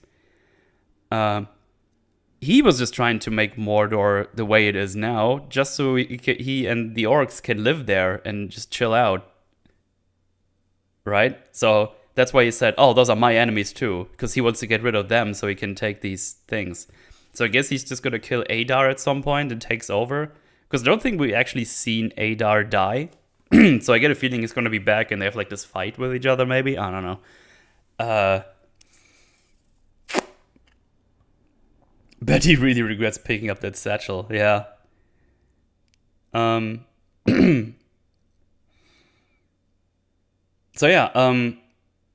But now I'm just kind of confused a little bit, because this is what I don't understand, and maybe that gets cleared up in another season. why did he bother helping them with making the rings? Because I thought at this point, oh, is he gonna take one of the rings and fuck off? It's like, no, he fucks off right after this happened and goes to Mordor. He doesn't even take a ring. So why did he help them make these rings that are gonna make them all these troubles? Did he steal a bit of the mithril to make the one ring by himself? Are they gonna make? Is he gonna raid the mithril mines later on? And they make more rings? Because there's gonna be more rings later on, right? I don't. 7 for the dwarves, 9 for men. Yeah. 16 rings. Until he corrupts all the rings and makes one more ring to control the others. Who knows what he's doing in Rings of Power? Okay. But then again, he helped them even get to this point. Like, if he would have just shut the fuck up, he wouldn't even have to deal with the fucking rings at all.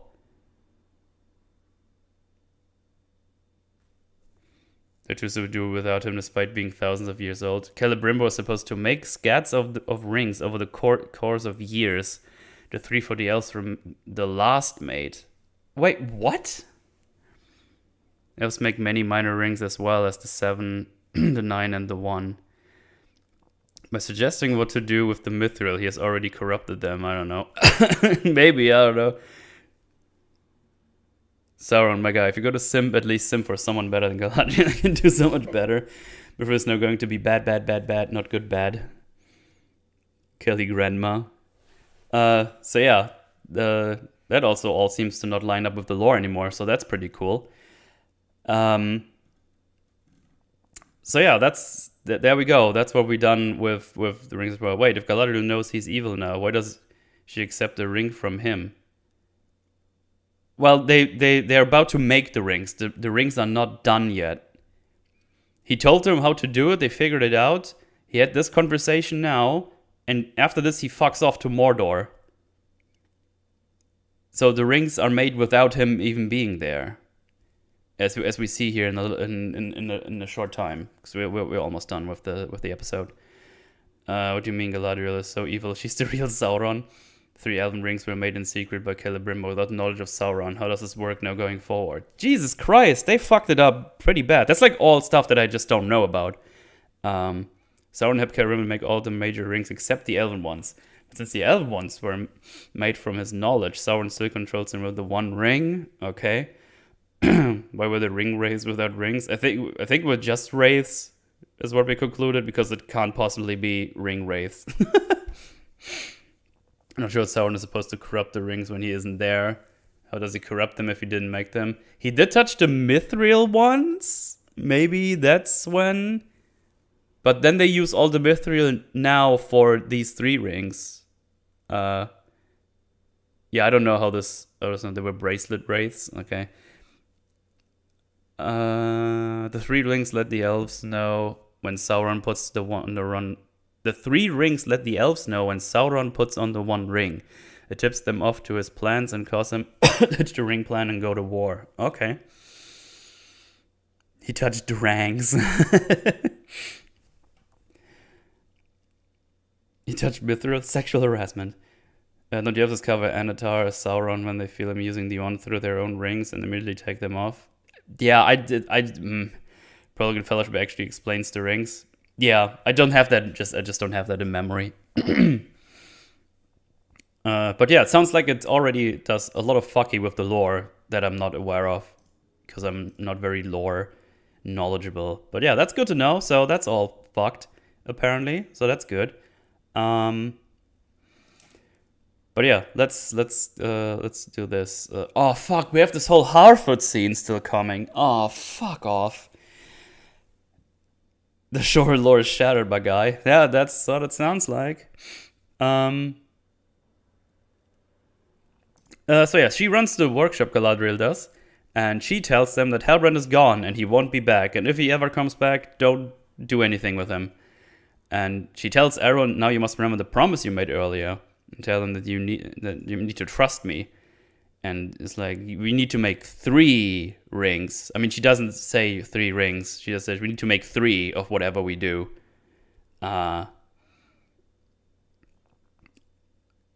Because the reason being is that, one always corrupts, one splits, and the third one keeps the balance, is her reasoning or whatever. Whatever, fine.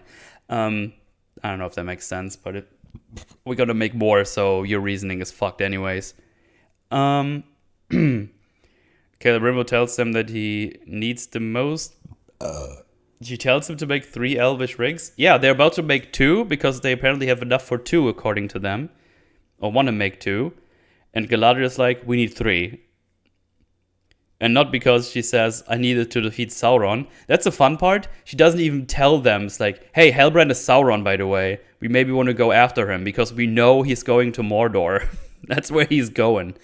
We could probably still get him right now on horses and everything. But she keeps that a secret. And yeah, Celebrimbor tells her, yeah, we know to do it, but we need the most exquisite gold and silver. So we need gold and silver from Valinor in order to craft these rings. And now she has to sacrifice her brother's dagger. Oh no. Yeah, they still haven't mentioned its rings yet, by the way. They don't even say the word rings, they just show them. So yeah, she has to sacrifice the dagger of her brother. Sad face. And then we get to this long ass fucking Harfoot scene, which goes on for fucking ever. Like, probably like 10 minutes, I think. Something along those lines. Nori talks to Meteor Man. Dude is like, oh man, you're not coming with us, eh?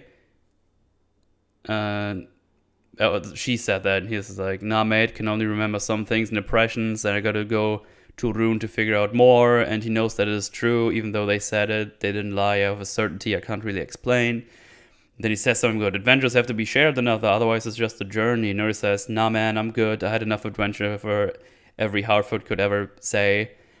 And she points out, hey, they called you Istar at some point. And he says, oh, in your tongue that means wise one. Oh, wizards. They just fucking call him Gandalf already. Stop bothering.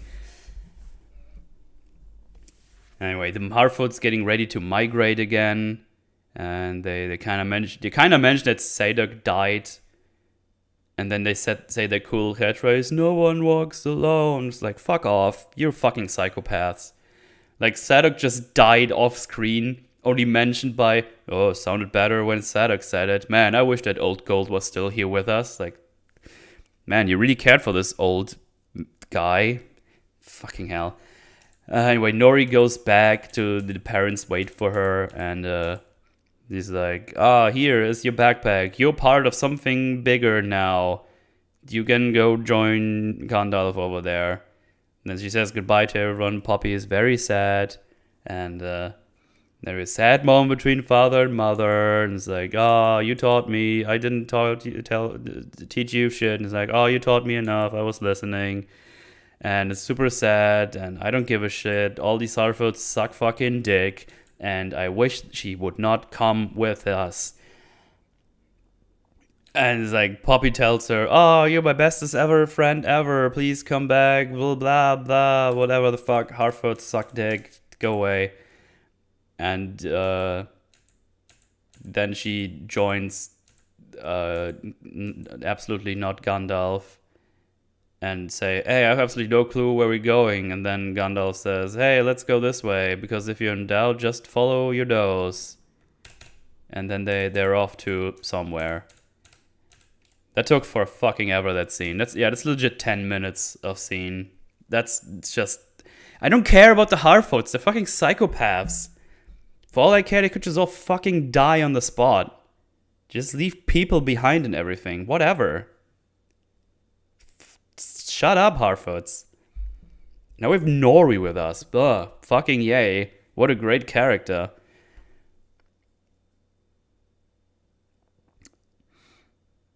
The Gandalf says full names trope was in full effect. That's also true, yeah. For your nose is literally a quote from Lord of the Rings. Oh, yeah, you're right. Yeah. Sorry, I meant to mention that. Yeah, you're absolutely right. So yeah. So at some point, they're just going to call him Gandalf. Somehow. That's going to happen. Anyway, now we get a long montage. I think we don't get a single line of dialogue at the here anymore. Because basically, Galadriel lets them melt her brother's dagger. Very sad. Big old montage how they made the rings and stuff. And in the meantime, Elrond goes to investigate and finds the magic elven parchment scroll that still has readable ink on it after I don't know how many hours of constantly lying in the stream of water. I guess it's magic elven ink or something. I don't really give a shit. And he sees the line is like, oh, something is up. I don't know if he's able to actually conclude from that Halbrand is Sauron, but he definitely knows something is weird, champ. So yeah, they make 3 Rangalangs is what they make, and they make the big reveal. It's like a long ass scene where they put the gems on them, and then we see Buds the Rangalangs of Limble Flangs. Say what you want, Metal, don't lie. No, I would like to have 1,000,000 trillion subscribers and 1,000,000 trillion members, so I don't need to watch this shit anymore. Actually, no, that would mean I would need watch more of that. Damn it, I played myself.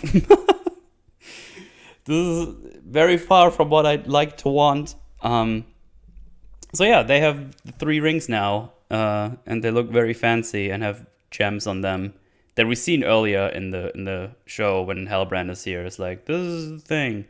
And yeah, Elrond doesn't point out. He realizes like that something is off with Halbrand, but he don't really know what yet. Maybe she's gonna tell him. Maybe he's just gonna figure it out somehow because he's a very smart boy. And then we see that Halbrand is in Mordor now.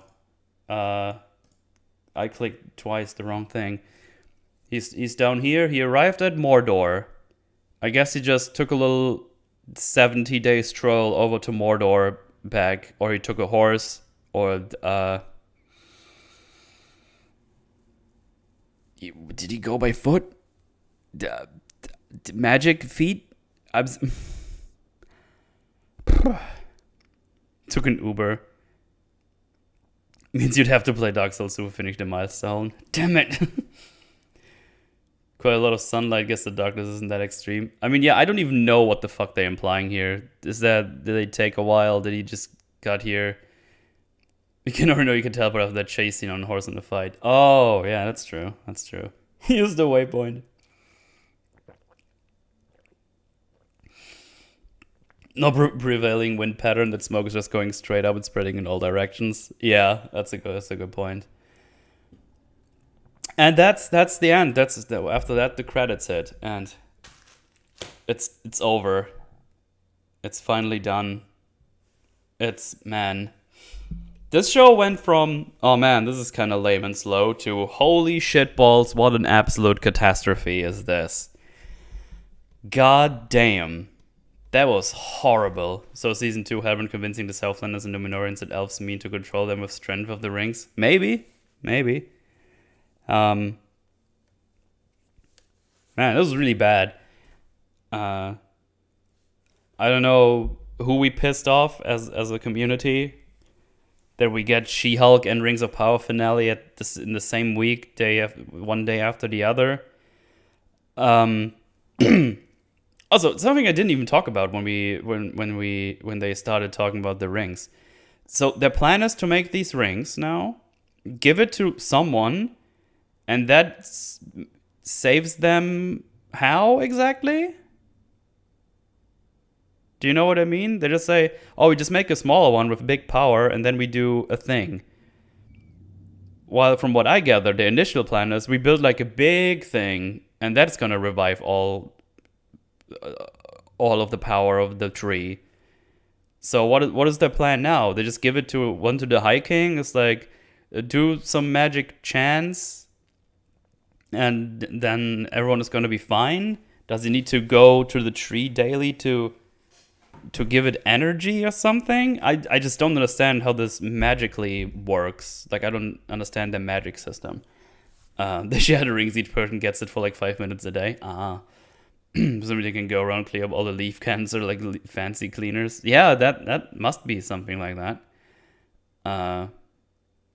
Like a ladder is the reason everything happens, which is lame. Yeah, it's insane. It's insane. Imagine radiates from the person wearing the ring. Yeah, something like that. Something like that. It would just. I hope they let us know, because right now I'm just some guesswork we can do. Magic circling and circling in the rings and getting stronger and stronger. And shut up with your logic. No. Puts the ring on his dong and boinks all the elves to cure them. Ooh, can I have one of those rings? That sounds fun.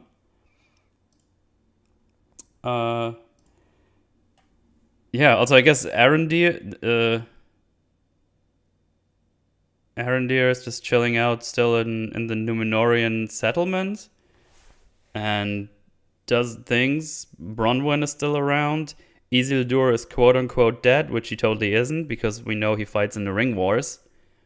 Numenor's king is dead. We'll see what that does for anything. Yeah, that was really bad. That was really, really bad. I was trying to think of some closing thoughts, but it's just laughable how little has been done in this kind of production in this amount of time. Like, just compare what we did in the movies in the time we have, like 12 hours of extended. This is actually that Elendil just makes his daughter wear Isildur's clothes. So yeah, biggest production of all time for a show, and man. Oh, this is less horrible than She-Hulk. She-Hulk is like its own thing of goddamn. She-Hulk is special. It's really special. Closing. It's bad. Thank you for attending my TED Talk. Yeah, I like that one. But yeah. But hence closes my first journey through the sludge pile by actually covering the things that came out. And me regretting not covering Hot D. Because that would have been a nice palate cleanser every week, I would assume. But yeah, there you go. That's what's been happening. It's been fun. I hope you all enjoyed that stuff. I mean, this little experiment here, because I'm doing like the full YouTube now, with the streaming stuff, and it's been fun for sure. It's obviously going to continue throughout the month, well, yeah. Apparently, I might just do that for forever now. Yeah. Activated memberships throughout this month, and there's 20 people already members, so thank you very much for that. Thank you for hanging out for all these crazy forges. They have been fun, and yeah, it's good stuff. Thank you for the support, basically, is what I'm trying to say. So yeah, next week I'm gonna tell you what's coming up next. Next week is gonna be Edge Runners. That's gonna be me and Meme. I forced Meme to watch it too, so Meme and I will be watching Edge Runners and talk about it. The week after, I'll be having John CJG on. We're gonna talk about Majora's Mask. That should be good fun. And the week after that, in the first Friday of November, I'll have on Capital O, and we'll talk about the movie called Victoria, which he said is pretty good and a good thriller. It's a German movie that has been filmed in completely one take, so that sounds pretty fun. So yeah, some cool forges coming up. Looking for that. Put it in your calendars. I'll put the tweets out and all that stuff when it comes up, of course.